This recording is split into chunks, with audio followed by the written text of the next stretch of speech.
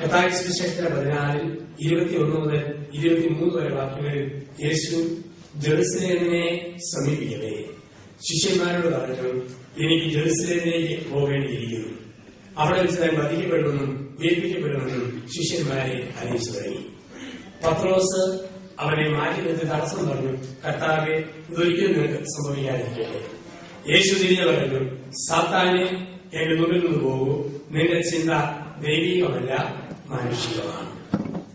ബൈബിളിൽ ചില പേരിന് അർത്ഥവ്യാഖ്യാനമുണ്ട്. കേസരിയ ഫിലിപ്പി എന്ന് ബൈബിളിൽ കണ്ടോ വിശ്വാസ പ്രഖ്യാപനമെന്ന് അതിന്റെ അർത്ഥം. ജെറീക്കോ എന്ന് ബൈബിളിൽ കണ്ടോ വിശ്വാസ വളർച്ച. സക്കേവൂസ് സമരിയാക്കാരൻ, ജെറീക്കോയിലെ അന്ധൻ, ഒരു വിശ്വാസ വളർച്ച, അവൻ ജെറീക്കോയിലെത്തി. ജെറുസലേം എന്ന് പറഞ്ഞാൽ സഹനം, മരണം, മൗതീകരണം. എനിക്ക് ജെറുസലേമിലേക്ക് പോകേണ്ടിയിരിക്കുന്നു.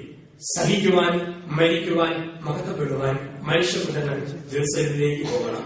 അപ്പോൾ പത്രോസ് അവനെ മാറ്റി നിർത്തി തടസ്സം പറഞ്ഞു, സഹിക്കാൻ പോകരുത്, മരിക്കാൻ പോകരുത്, കുരിശെടുക്കാൻ പോകരുത്. യേശുവിന് വേണ്ടി അല്പം മയമായിട്ട് പറയാം, ആദ്യത്തെ പോപ്പാണ്, അനുകൂലമായിട്ട് പറയാം. പത്രോസെ, സാധ്യമാണെങ്കിൽ സൈഡ് തരാമോ എന്ന് ചോദിച്ചാൽ മതി.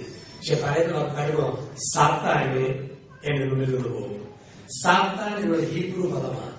സാത്താൻ എന്ന വാക്കിന്റെ അർത്ഥം തടസ്സമേ, പ്രതിബന്ധമേ എന്നാണ്. തടസ്സമേ, പ്രതിബന്ധമേ. സഹിക്കാൻ പോകരുത്, കുരിശെടുക്കാൻ പോകരുത് പറഞ്ഞ പത്രോസിനെ വിളിച്ചു തടസ്സമേ, പ്രതിബന്ധമേ. വഞ്ചനയുടെ ചുമതലത്താൽ യേശുവിനെ സകലത്തിലേക്ക് തള്ളിപ്പെട്ട യുദാസിനെ വിളിച്ചു സ്നേഹിത. കുരിശിന്റെ വഴി ക്രിസ്തുവിന്റെ വഴിയാണ്. കുറുക്കുവഴി സാത്താന്റെ വഴിയാണ്. കുറുക്കുവഴികൾ ക്രിസ്തുവിന്റെ വഴികളല്ല. നിങ്ങൾ പറയുകയാണ്, കുരിശുകളും സകലങ്ങളും വരുമ്പം 3 വിധത്തിൽ നമുക്ക് പ്രതികരിക്കാം. 1 പൈശാചികം, 2 മാനുഷികം, 3 ദൈവികം. പൈശാചികമായും മാനുഷികമായും ദൈവികമായും നമുക്ക് പ്രതികരിക്കാം. എന്താ പൈശാചികം? എന്റെ സൽപ്പേര് നശിപ്പിച്ചവൻ വണ്ടി ഇടിച്ച് ചത്തുപോലെ എന്ന് ചിന്തിക്കുമ്പോൾ അത് പൈശാചികം. എന്നെ മുദ്രപ്പെടുത്തിയ ഇടിവെട്ടി കരിഞ്ഞുപോണെന്ന് ചിന്തിക്കുമ്പോൾ അത് പൈശാചികം. എനിക്ക് ഭാരമുള്ളവൻ പൂവുകളുടെ നൊത്തുപോണെന്ന് ചിന്തിച്ചാൽ അത് പൈശാചികം. 2 മാനുഷികം. പെട്ടുപോയി, സഹിക്കേണ്ട വല്ല മാർഗവും. എത്ര ആലോചിച്ചതാ, ഈ കാലമാണെന്നാണല്ലോ കഴുത്തെ ചരട് കെട്ടുന്നത്, സഹിക്കാം. എത്ര ചിന്തിച്ചതാ, ഈ ഭദ്രകാളിയാണല്ലോ പ്രകൃതിയായി കണ്ടുകൊണ്ടത്. അയൽവക്കത്തെ മക്കളൊക്കെ എത്ര മിടുകൻ. ഞങ്ങൾക്കാണെങ്കിൽ 3 ശവങ്ങൾ. മൂത്തത് 8, രണ്ടാമത്തത് 7, മൂന്നാമത് 5. ചുമക്കുകല്ലാതെ മാർഗമൊന്നുമില്ലല്ലോ. ഇതാണ് മാനുഷികം. അവത പറഞ്ഞ്, പരാതി പറഞ്ഞ് സഹനത്തെ സ്വീകരിക്കുക. 3 ദൈവികം. ഞാൻ ഒരു തെറ്റും ചെയ്തില്ല, പക്ഷെ എന്തുകൊണ്ട് എനിക്ക് ഇങ്ങനെ ഒരുത്തിനെ തന്നു, ഇങ്ങനെ ഒരുത്തിയെ തന്നു, ഇങ്ങനെയുള്ള മക്കളെ തന്നു. അറിഞ്ഞോടൊന്നും ചെയ്തിട്ടില്ല, പക്ഷെ ദൈവം അനുവദിച്ചു. ഇഷ്ടം പോലെ നടക്കട്ടെ. അതാണ് ദൈവീകം എന്ന് പറയുക. വെല്ലൂർ ആശുപത്രിയിലെ 20 ജൂനിയർ ഡോക്ടർമാര് കൊടൈക്കനാലിൽ കാണാൻ വേണ്ടി മിനി ബസ്സിൽ പോകും. കൊടൈക്കനാലിന് മല കയറുമ്പോൾ ബ്രേക്ക് പറ്റിയ വണ്ടി അഗാധത്തിലേക്ക് മറിഞ്ഞു. 3 പേര് മരിച്ചു. അനേക ദേഹത്ത് പരിക്കേറ്റു. അതിൽ 3 പേർ വെല്ലൂർ ഹോസ്പിറ്റലിൽ അഡ്മിറ്റ് ചെയ്യപ്പെട്ടു. അതിൽ ഒരാളായിരുന്നു ചങ്ങനാശ്ശേരിയിലെടുത്ത് കന്നഡ സ്വദേശിനിയായ ഡോക്ടർ മേരി വർഗീസ്. ഡോക്ടർമാര് പറഞ്ഞു, നട്ടിലിന്റെ കണ്ണി പൊട്ടി അരയ്ക്ക് താഴത്തേക്ക് ചലിപ്പിക്കാൻ പറ്റിയല്ല. കട്ടിലിൽ തളർന്നു കിടക്കുമ്പോൾ ഭിത്തിയിലെ കുരിശുരൂപത്തിൽ നോക്കിക്കൊണ്ട് ഡോക്ടർ മേരി വർഗീസ് ഒരു ചോദ്യം ചോദിച്ചു, ക്രിസ്തുവേ, എന്റെ അരയ്ക്ക് താഴത്തേക്ക് തളർന്നിട്ടു അരയ്ക്ക് മുകളിലേക്ക് ചലിപ്പിക്കാൻ ഈ ശക്തി എന്തിനാ ബാക്കി വെച്ചിരിക്കുന്നത്? ക്രിസ്തു പറഞ്ഞ മോളെ, അരയ്ക്ക് താഴത്തേക്കല്ലേ തളർന്നു, അരയ്ക്ക് മുകളിലേക്ക് ചലിപ്പിക്കാൻ പറ്റുന്ന ശരീരഭാഗം കൊണ്ട് നീ ദൈവത്തെ മഹത്വപ്പെടുത്തണം. ആത്മീയതയെ വീണ്ടെടുത്തു സംഘടനകളായ ശസ്ത്രക്രിയകൾ നടത്തി ലോകപ്രസിദ്ധ അവാർഡുകൾ വെല്ലൂർ ഹോസ്പിറ്റലിൽ കൊണ്ടുവന്ന ഡോക്ടർ മേരി വർഗീസ്. ക്രിസ്തുവിനോട് ചേർന്ന് കുരിശിനെ നേരിടുമ്പോൾ കുരിശിനെയാണ് കൽപ്പ് ഒരു ത്രാണി നമുക്ക് ലഭിക്കും. നമുക്കെല്ലാവർക്കും ഉണ്ട് കുരിശ്. ആർക്കാ കുരിശില്ലാത്തത്? മെത്രാന്മാർക്ക് മെത്രാന്മാരുടെ കുരിശ്, അച്ഛന്മാർക്ക് അച്ഛന്മാരുടെ കുരിശ്, ഗുരുജീവക്കാർക്ക് നിങ്ങളുടെ കുരിശ്. എല്ലാവർക്കും ഉണ്ട് ഒരു കുരിശ്. ഓരോ പ്രായത്തിൽ ഓരോ കുരിശാണെന്നുള്ളൂ. എന്റെ കുട്ടിക്കാലത്ത് ഏറ്റവും വലിയ കുരിശായിരുന്നു ചായക്കടയിൽ ചില്ലലമാരിയിൽ പലഹാരം കാണുമ്പോൾ വായി നയാഗ്ര വെള്ളച്ചാട്ടം. അതായിരുന്നു അന്നത്തെ കുരിശ്. മുണ്ടപ്പൊരി, വഴിപ്പൊരി, പപ്പടപ്പൊടി ഇങ്ങനെ വെള്ളം കാണുമ്പോൾ അത് മേടിക്കാൻ 50 പൈസ ഇല്ല. അതായിരുന്നു അന്നത്തെ കുരിശ്. ഒരു ചെറിയ ചായക്കട മേടിക്കാനുള്ള കാശ് കഷ്ടപ്പെട്ട് ഉണ്ടാക്കിയിട്ട് വന്നപ്പോ ഒന്നും കഴിക്കാൻ മേല എന്ന് പറയുന്ന ഒരു പുതിയ കുരിശ്. ഡോക്ടർ കഴിയപ്പോൾ ചോദിക്കുക, അച്ഛാ പഞ്ചായത്തുണ്ടോ, പാമ്പുണ്ടോ, മണ്ണെണ്ണയുണ്ടോ, വാങ്ങിവാനുണ്ടോ? കാശിനും കുഴപ്പമില്ല, ഭക്ഷണത്തിനും കുഴപ്പമില്ല. അപ്പോഴാ മോൻ പോയി ഒരു മുതുപണ്ടാരത്തേക്ക് എടുത്തുകൊണ്ട് വരുന്നു. മോൾ ഏതോ ഒറ്റ ഓട്ടോ ഓടുന്നു. എന്തെങ്കിലും കുരിശ് നമുക്കൊക്കെ ഉണ്ട്. ദേഹത്തിൽ രോഗം, മനസ്സിനൊരു വേദ, ജീവിതത്തിലൊരു ഭാരം, ഏതെങ്കിലും കുരിശ്.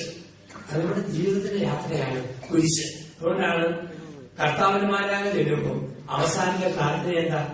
ഈശോമിശിഹായുടെ വാഗ്ദാനങ്ങൾക്ക് ഞങ്ങൾ യോഗ്യരാകാൻ. എന്താണോ ഈശോമിശിഹായുടെ വാഗ്ദാനം? മർക്കോസ് 10:30, ഈ ലോകത്തിൽ പീഡകളും കുരിശുകളും, വരാനിരിക്കുന്ന ജീവിതത്തിൽ നിത്യമായ സന്തോഷവും. ഇതാണ് ഈശോമിശിഹായുടെ വാഗ്ദാനം. പള്ളിയിൽ വെച്ച് നമ്മൾ പാടും, ഒരുക്കി എന്നെ നീ വാർത്തെടുക്കും. ദൈവം പ്രാർത്ഥന കേൾക്കും. ഒരു വിളിക്ക് തിരിച്ചു വരുമ്പോൾ ഒരുക്കാൻ കെട്ടണം, വാർക്കാൻ വെള്ളം നിർത്തി, തകർത്ത് വാരാൻ കൊച്ചുമക്കൾ, മരുമക്കൾ, തകർന്ന് വായിക്കാൻ 40 ഗോത്രങ്ങൾ നാട്ടിൽ നിന്നും ഫോൺ വിളിക്കുന്നു. അവർ ചോദിക്കും, പള്ളിയിൽ വെച്ച് പാടില്ലല്ലേ, ഞങ്ങളൊന്ന് സഹകരിക്കട്ടെ. ഞാൻ തമാശന് പാടില്ലേ, നീ സീരിയസ് ആയിട്ട് എടുത്തോ. കുരിശുകൾ വരുമ്പോ നമ്മുടെ പ്രതികരണങ്ങൾ ഇങ്ങനെയാണ്. AD 314 പൗലോസ് സഭാപിതാവായ വിശുദ്ധ എഫ്രേം ഇപ്രകാരം പറഞ്ഞു, ഈ ലോകത്ത് എവിടെ നോക്കിയാലും കുരിശിന്റെ അടയാളമാണ്. ആകാശത്തിന് കീഴിലെ പക്ഷി ചിറക് വിരിക്കുമ്പോൾ കുരിശിന്റെ അടയാളം.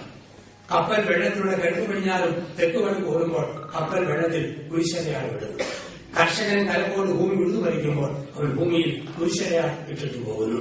8 നൂറ്റാണ്ടുകൾക്ക് മുമ്പ് ഞങ്ങളുടെയൊക്കെ സഭയുടെ സ്ഥാപകനായ മിസ്റ്റർ ഫ്രാൻസിസ് അസീസി കുരിശിനെ നോക്കി പറഞ്ഞു, ഈശോമിശിഹായെ ഞങ്ങളെ കുമ്പിട്ട് ആരാധിക്കുന്നു. എന്തുകൊണ്ടെന്നാൽ വിശുദ്ധ കുരിശിനാൽ ലോകത്തെ വീണ്ടും രക്ഷിച്ചു. അസീസി പുണ്യവാളുടെ പ്രാർത്ഥന വേണ്ടി സഭ കുരിശിന്റെ വഴിയിൽ കൂട്ടിച്ചേർത്തു.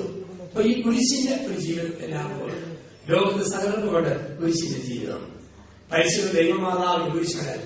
മാതാവിനെ വളരുന്ന അതിമനോഹരമായ 2 ഗാനങ്ങൾ നമ്മുടെ ഈ വേദിയിൽ കേട്ടു. അമ്മയ്ക്ക് കുരിശുണ്ടായിരുന്നു, അമ്മ പ്രസവിച്ച പുത്രന് കുരിശുണ്ടായിരുന്നു, അപ്പസ്തലന്മാർക്ക് കുരിശുണ്ടായിരുന്നു, നമ്മുടെ കാർന്നവന്മാർക്ക് കുരിശുണ്ടായിരുന്നു.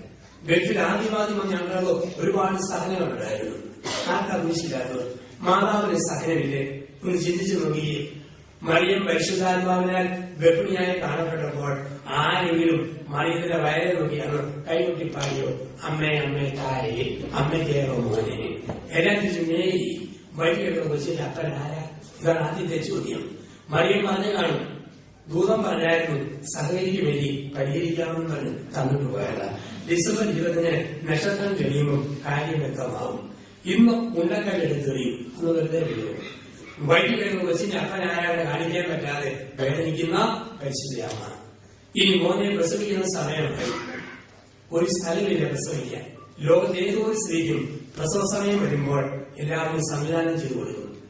ലോക നിയമങ്ങൾ ഒരു നിയമമാണ്, അന്താരാഷ്ട്ര നിയമമാണ്. വിമാനത്തിൽ ഒരു സ്ത്രീ പ്രസവിച്ചാൽ അവർക്ക് ആ വിമാനത്തിൽ കാലാകാലം ടിക്കറ്റ് ഫ്രീയാണ്. കൊണ്ടാകുന്ന കുഞ്ഞിന് 21ാം വയസ്സിൽ ജോലി ഉറപ്പാണ്. എന്റെ അപ്പന്റെ പേരുടെ മകൾ പ്രസവിച്ച് എമിറേറ്റ്സ് ട്രെയിൻ നടത്തി വെച്ചാണ്. അവർക്ക് ഇന്നും ടിക്കറ്റ് ഫ്രീയാണ്. ഉണ്ടായ കുഞ്ഞിന് 21ാം വയസ്സിൽ ദുബായ് കൊച്ചിനുള്ളിൽ എയർ ഹോസ്റ്റസ് ആണ്. ഇപ്പം രാജ്യത്തിന്റെ നിയമമാണ്. നമ്മുടെ നാട്ടിലാണെങ്കിലും ഒരു സ്ത്രീക്ക് പ്രസവത്തിന് സമയം വന്നാൽ എന്തെല്ലാം സൗകര്യമാണ്. പത്രത്തിലിടയിലാണ് വാർത്ത, ഓടുന്ന ഓട്ടോയിൽ കുടുങ്ങിക്കോട് പ്രസവം, KSRTC നിറയിക്കോട് പ്രസവം.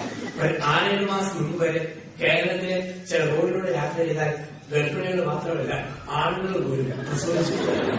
കുറെ നാളെ വഴിയുമ്പോൾ മര്യാദയ്ക്ക് നേരാമണം കരുവായി വരികയില്ല. അപ്പൊ ഇവിടെ നോക്കിയാലും ഈ സംവിധാനം ചെയ്തു കൊടുക്കും. അവിടെയാണ് മറിയത്തിന് മോനെ പ്രസവിക്കുവാൻ സൗകര്യം കിട്ടാന പരിശുദ്ധ അമ്മയെ നമ്മൾ കാണുന്നു. വീണ്ടും മോനെ പ്രസവിച്ചു. അത് കഴിഞ്ഞ് ഹെരോദസ് കൊല്ലുമെന്ന് ഓർത്ത് മോനെയും കൊണ്ട് 430 കിലോമീറ്റർ ഈജിപ്തിലെ കെയ്റോയിലേക്ക് എരുസലേമിലെത്തും 3 മാസക്കാലം കഴുതയെടുത്ത് യാത്ര ചെയ്യുന്ന പരിശുദ്ധയമ്മ.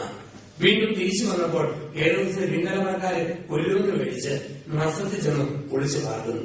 അങ്ങനെ യേശുവിന് നസ്രായൻ എന്ന് പേര് വീഴുന്നു. കുരിശിൽ അത് കുറിച്ചു വെച്ചു, നസ്രായൻ യേശു യൂതന്മാരുടെ രാജാവ്. പണ്ട് നമ്മുടെയൊക്കെ പൂർവികർ പെസഹായിക്ക് അപ്പം പെടുവാൻ തീരുമാനിച്ചു. അവർ ഓർത്തു, പെസഹായുടെ അപ്പത്തിന് കിണ്ണത്തപ്പം, ഓമനയപ്പം, വട്ടയപ്പം, പാലപ്പം ഒന്നും കിട്ടാൻ അത് ശരിയല്ല, ഒരു സഹനത്തിന്റെ പേര് വേണം. ഇപ്പൊ പെസഹായി അപ്പം പിടുങ്ങിയപ്പോൾ നമ്മുടെ പൂർവികർ കുരിശിലേക്ക് നോക്കി. കുരിശിലെ 4 അക്ഷരങ്ങൾ അവർ പെരുക്കിയെടുത്തു, അയ്യൻ ആലയും. ആ പേരിട്ടു പെസഹായുടെ അപ്പത്തിന് ഇന്ദ്രിയപ്പം എന്ന പേരിൽ ഒരപ്പം നിലവിൽ വരുന്നു. അപ്പൊ സഹിക്കുന്ന ഒരു അമ്മയെ നമ്മൾ കാണും, സഹിക്കുന്ന അമ്മയുടെ പ്രിയപ്പെട്ട പുത്രനെ നമ്മൾ കാണുന്നു. ഇതെല്ലാം കഴിഞ്ഞു ദേവാലയത്തിൽ പൈതലായ യേശുവിനെ കാഴ്ചവെക്കുന്ന സമയം ജ്ഞാനവൃദ്ധനായ യേശുവിനെ പീഡകളുടെ അനുഭവങ്ങളുമായി ദേവാലയത്തിൽ വന്നു. പൈതലായ യേശുവിനെ കൈയെടുത്ത് ശിമയോൻ ഒരു താരാട്ട് പാടി. ബൈബിളിൽ ആദ്യമായിട്ട് താരാട്ട് പാടിയത് ശിമയോനാണ്. എന്താണ് താരാട്ട്? രാരാരോ രാരീരാരോ. നമ്മളൊന്നും കേൾക്കാൻ രസപ്പെടുന്ന അല്ലവി വല്ലവി ഈരടി അമ്മയുടെ നിലപാട് അല്ല. ഓരോ അമ്മയും കുഞ്ഞിനെ തൊട്ടിയിലിട്ട് ആടിക്കൊണ്ട് ദൈവത്തിന് മുഖത്ത് നോക്കി ചോദിക്കുന്ന ചോദ്യമാണ് താരാട്ട്. എന്നാണ് ചോദ്യം. എന്റെ ദൈവമായ കർത്താവേ, തൊട്ടിക്കിടക്കുന്ന ഈ സാധനം ആരാരും ഒരു ശിവരസനാണോ, വീരപ്പനാണോ, ഒസാമില്ലാതനാണോ, സദ്ദാം ഹുസൈനാണോ? ഇതാരാരോ? ഈ കണ്ടത് അൽഫോൻസ അമ്മയാണോ, ചാവര അച്ഛനാണോ, മദർ തെരേസയാണോ? ഇതാരാരോ? ഒരു പിടിയില്ല. ശിവയും പറഞ്ഞു, അനേക വീഴ്ചയ്ക്കും താഴ്ചയ്ക്കുമായി വെക്കപ്പെട്ട എതിർപ്പിന്റെ അടയാളമാണ്. സ്ത്രീയെ നിരഹൃദയത്തിലൂടെ ഒരു വാൾ കടന്നുപോകും. നിരഹൃദയത്തിലൂടെ ഒരു വാൾ കടന്നുപോകും. എന്താണ് ഈ വാൾ? ഇടവകയിലെ യുവജനങ്ങളുടെ ബൈബിൾ വായനയുടെ മത്സരം. ബൈബിൾ തുറക്കുമ്പോൾ കിട്ടുന്നത് വായിക്കണമെന്നാണ് നിയമം. 20 വയസ്സുള്ള യുവാവ് ബൈബിൾ കയ്യിലോട്ടെടുത്തു. അവൻ തുറന്നപ്പോ കണ്ടത് ഈ ഭാഗമാണ്. ഹൃദയത്തിലൂടെ ഒരു വാൾ കടന്നുപോകും. പെട്ടെന്ന് നോക്കുമ്പോൾ അവൻ ഇഷ്ടപ്പെട്ട യുവതി ആനവാദിന്റെ അതിന്റെ അകത്തേക്ക് കയറിക്കുന്നു. ബൈബിളെ നോക്കി, അവളെ നോക്കി, ഒന്നുകൂടെ നോക്കി, വീണ്ടും നോക്കി. അവൻ വായിച്ചത് ഇങ്ങനെ: ഹൃദയത്തിലൂടെ ഒരു വാൾ കടന്നുപോകും. എന്തായിരുന്നു ഈ വാൾ? ഈ വാൾ ശിവയോനിൽ ഒരു പ്രവചനമായിരുന്നു. ഈ വാൾ പെട്ടതലയായ മറിയം ജീവിച്ചിരിക്കെ തന്നെ മകന്റെ ദാരുണമായ മരണം അമ്മ കാണേണ്ടി വരും എന്നുള്ള മുന്നറിയിപ്പായിരുന്നു നെഞ്ചിൽ വഹിച്ച വാൾ. 33 വർഷക്കാലം മറിയം നെഞ്ചിൽ വഹിച്ച വാളിലായിരുന്നു. ഞാൻ ജീവിച്ചിരിക്കെ എന്റെ മകന്റെ ദാരുണമായ മരണം ഈ അമ്മ കാണേണ്ടി വരും. അതായിരുന്നു മറിയം നെഞ്ചിൽ വഹിച്ച വാൾ. തന്നെയുമല്ല, കുഞ്ഞുങ്ങളെ പ്രസവിക്കുന്ന ഓരോ അമ്മയ്ക്കും തമ്പുരാന്റെ താക്കീതാണ് ഇത്. ഗർഭം ധരിക്കുന്ന ഒരു സ്ത്രീക്ക് ദൈവം കൊടുക്കുന്ന സൂചനയാണ്. ഒരു കുഞ്ഞിനെ അമ്മ ഉദരത്തിൽ വഹിച്ചോ, ഗർഭിണിയാകുന്ന അന്ന് മുതൽ ആ കുഞ്ഞിനെ പ്രതി നെഞ്ചിൽ അമ്മ ഒരു വാൾ വഹിക്കും. അപ്പനാ വാളില്ല. ഉദാഹരണത്തിന്, സ്കൂളിൽ പോയ കുഞ്ഞ് സമയത്ത് വന്നില്ലെങ്കിൽ അമ്മയുടെ നെഞ്ചിൽ ഒരു ഇടിവാൾ. പിള്ളേരെക്കാരെ കൊണ്ടുപോയതാണ്, വഴിതെറ്റി പോയതാണ്, എന്റെ കൊച്ചവിടെ പോയി. അപ്പം പറയും, ഇങ്ങോട്ട് പോയി വേറെ ഇടപാനായി. അപ്പനും വാളില്ല, അമ്മയുടെ നെഞ്ചിലാണ് വാൾ. പെൺകുട്ടി യുവത്വത്തിൽ കടന്നു, അമ്മയുടെ നെഞ്ചിൽ വാൾ. ദൈവമേ, അഴിവ് ഉള്ളിലെങ്ങാനും പെടും, മോൻ കഴിച്ച വഴിയിൽ പോവോ? മോനെ കുറിച്ച് യുവത്വത്തിൽ അമ്മയുടെ നെഞ്ചിൽ ഒരു വാൾ. പെണ്ണിന് വയസ്സ് 28 കല്യാണം നടക്കുന്നില്ല, അമ്മയുടെ നെഞ്ചിൽ ഇടിവാൾ. എന്റെ ദൈവമേ, എന്റെ പെണ്ണ് കല്യാണം നടക്കാതെ പോവോ? അപ്പൊ പറയും, പൊടിയെ പൊട്ടി പെണ്ണായി പറഞ്ഞവർക്കെല്ലാം എവിടെയും ഉത്തരം വെച്ചിട്ടുണ്ട്, സമയത്ത് കൊണ്ടുപോകും കയ്യിൽ വേണ്ടിയിരിക്കും. കെട്ടിച്ചു വിട്ട പെണ്ണിന് 3 വർഷം കഴിഞ്ഞ് കൊച്ചുണ്ടാകുന്നതിൽ അമ്മയ്ക്ക് പിന്നെയും വാൾ. എന്റെ കൊച്ചില്ലാതെ മരിച്ചു പോവോ? അമ്മയുടെ നെഞ്ചിൽ വാളാണ്. ജനിച്ച കുഞ്ഞിനെ കുറിച്ച് അമ്മയുടെ നെഞ്ചിൽ എന്നും വാള്. സ്വന്തം മക്കളെ നെഞ്ചിൽ വാൾ വഹിക്കാൻ വിളിക്കപ്പെട്ടവൾ അമ്മ. അപ്പൻ കുടിച്ചിട്ട് വാൾ വെച്ചോണ്ട് നടക്കും, അമ്മ നെഞ്ചിൽ വാൾ വഹിച്ചോണ്ട് നടക്കും. ഇതാണ് ഇസമയമായിട്ട് നിരഹൃദയത്തിലൂടെ ഒരു വാൾ കണ്ടു. വീണ്ടും നമ്മൾ കാണുന്നു, യേശു തന്നെ അമ്മയെ ഇടയ്ക്കിടയ്ക്ക് വേദനിപ്പിക്കുന്നതാണ്. ഇടയ്ക്കിടയ്ക്ക് വേദനിപ്പിക്കും. ദേവാലയത്തിൽ എന്റെ പിതാവിന്റെ കാര്യത്തിൽ ഞാൻ ജാഗ്രതയായിരിക്കേണ്ടതല്ലേ? ആരാണ് എന്റെ അമ്മ? ആരാണ് എന്റെ സഹോദരന്മാർ? എനിക്കും നിനക്കും ബന്ധം എന്റെ സമയമായിട്ടില്ല. മുറിക്കുന്ന വാക്കുകൾ പുത്രൻ അമ്മയോട് പറയുന്നു. അതെന്തുകൊണ്ടാ? മരിയൻ ദൈവശാസ്ത്രത്തിന്റെ വ്യാഖ്യാനിക്കുന്നതാണ്. യേശുവിനറിയാം, 33-ാമത്തെ വയസ്സിൽ എന്റെ അമ്മ എന്നിൽ നിന്നും മുറിച്ചു മാറ്റപ്പെടുമ്പോൾ എന്റെ അമ്മ ഒത്തിരി വേദനിക്കും. ആ വേദന സഹിക്കുവാൻ കുഞ്ഞു കുഞ്ഞു വേദനകളിലൂടെ മുറിച്ചു മാറ്റലിലൂടെ പുത്രൻ അമ്മയെ പഠിപ്പിക്കുകയായിരുന്നു. അപ്പൊ സഹിക്കുന്ന ഒരമ്മയെ നമ്മൾ കണ്ടെത്തുന്നു.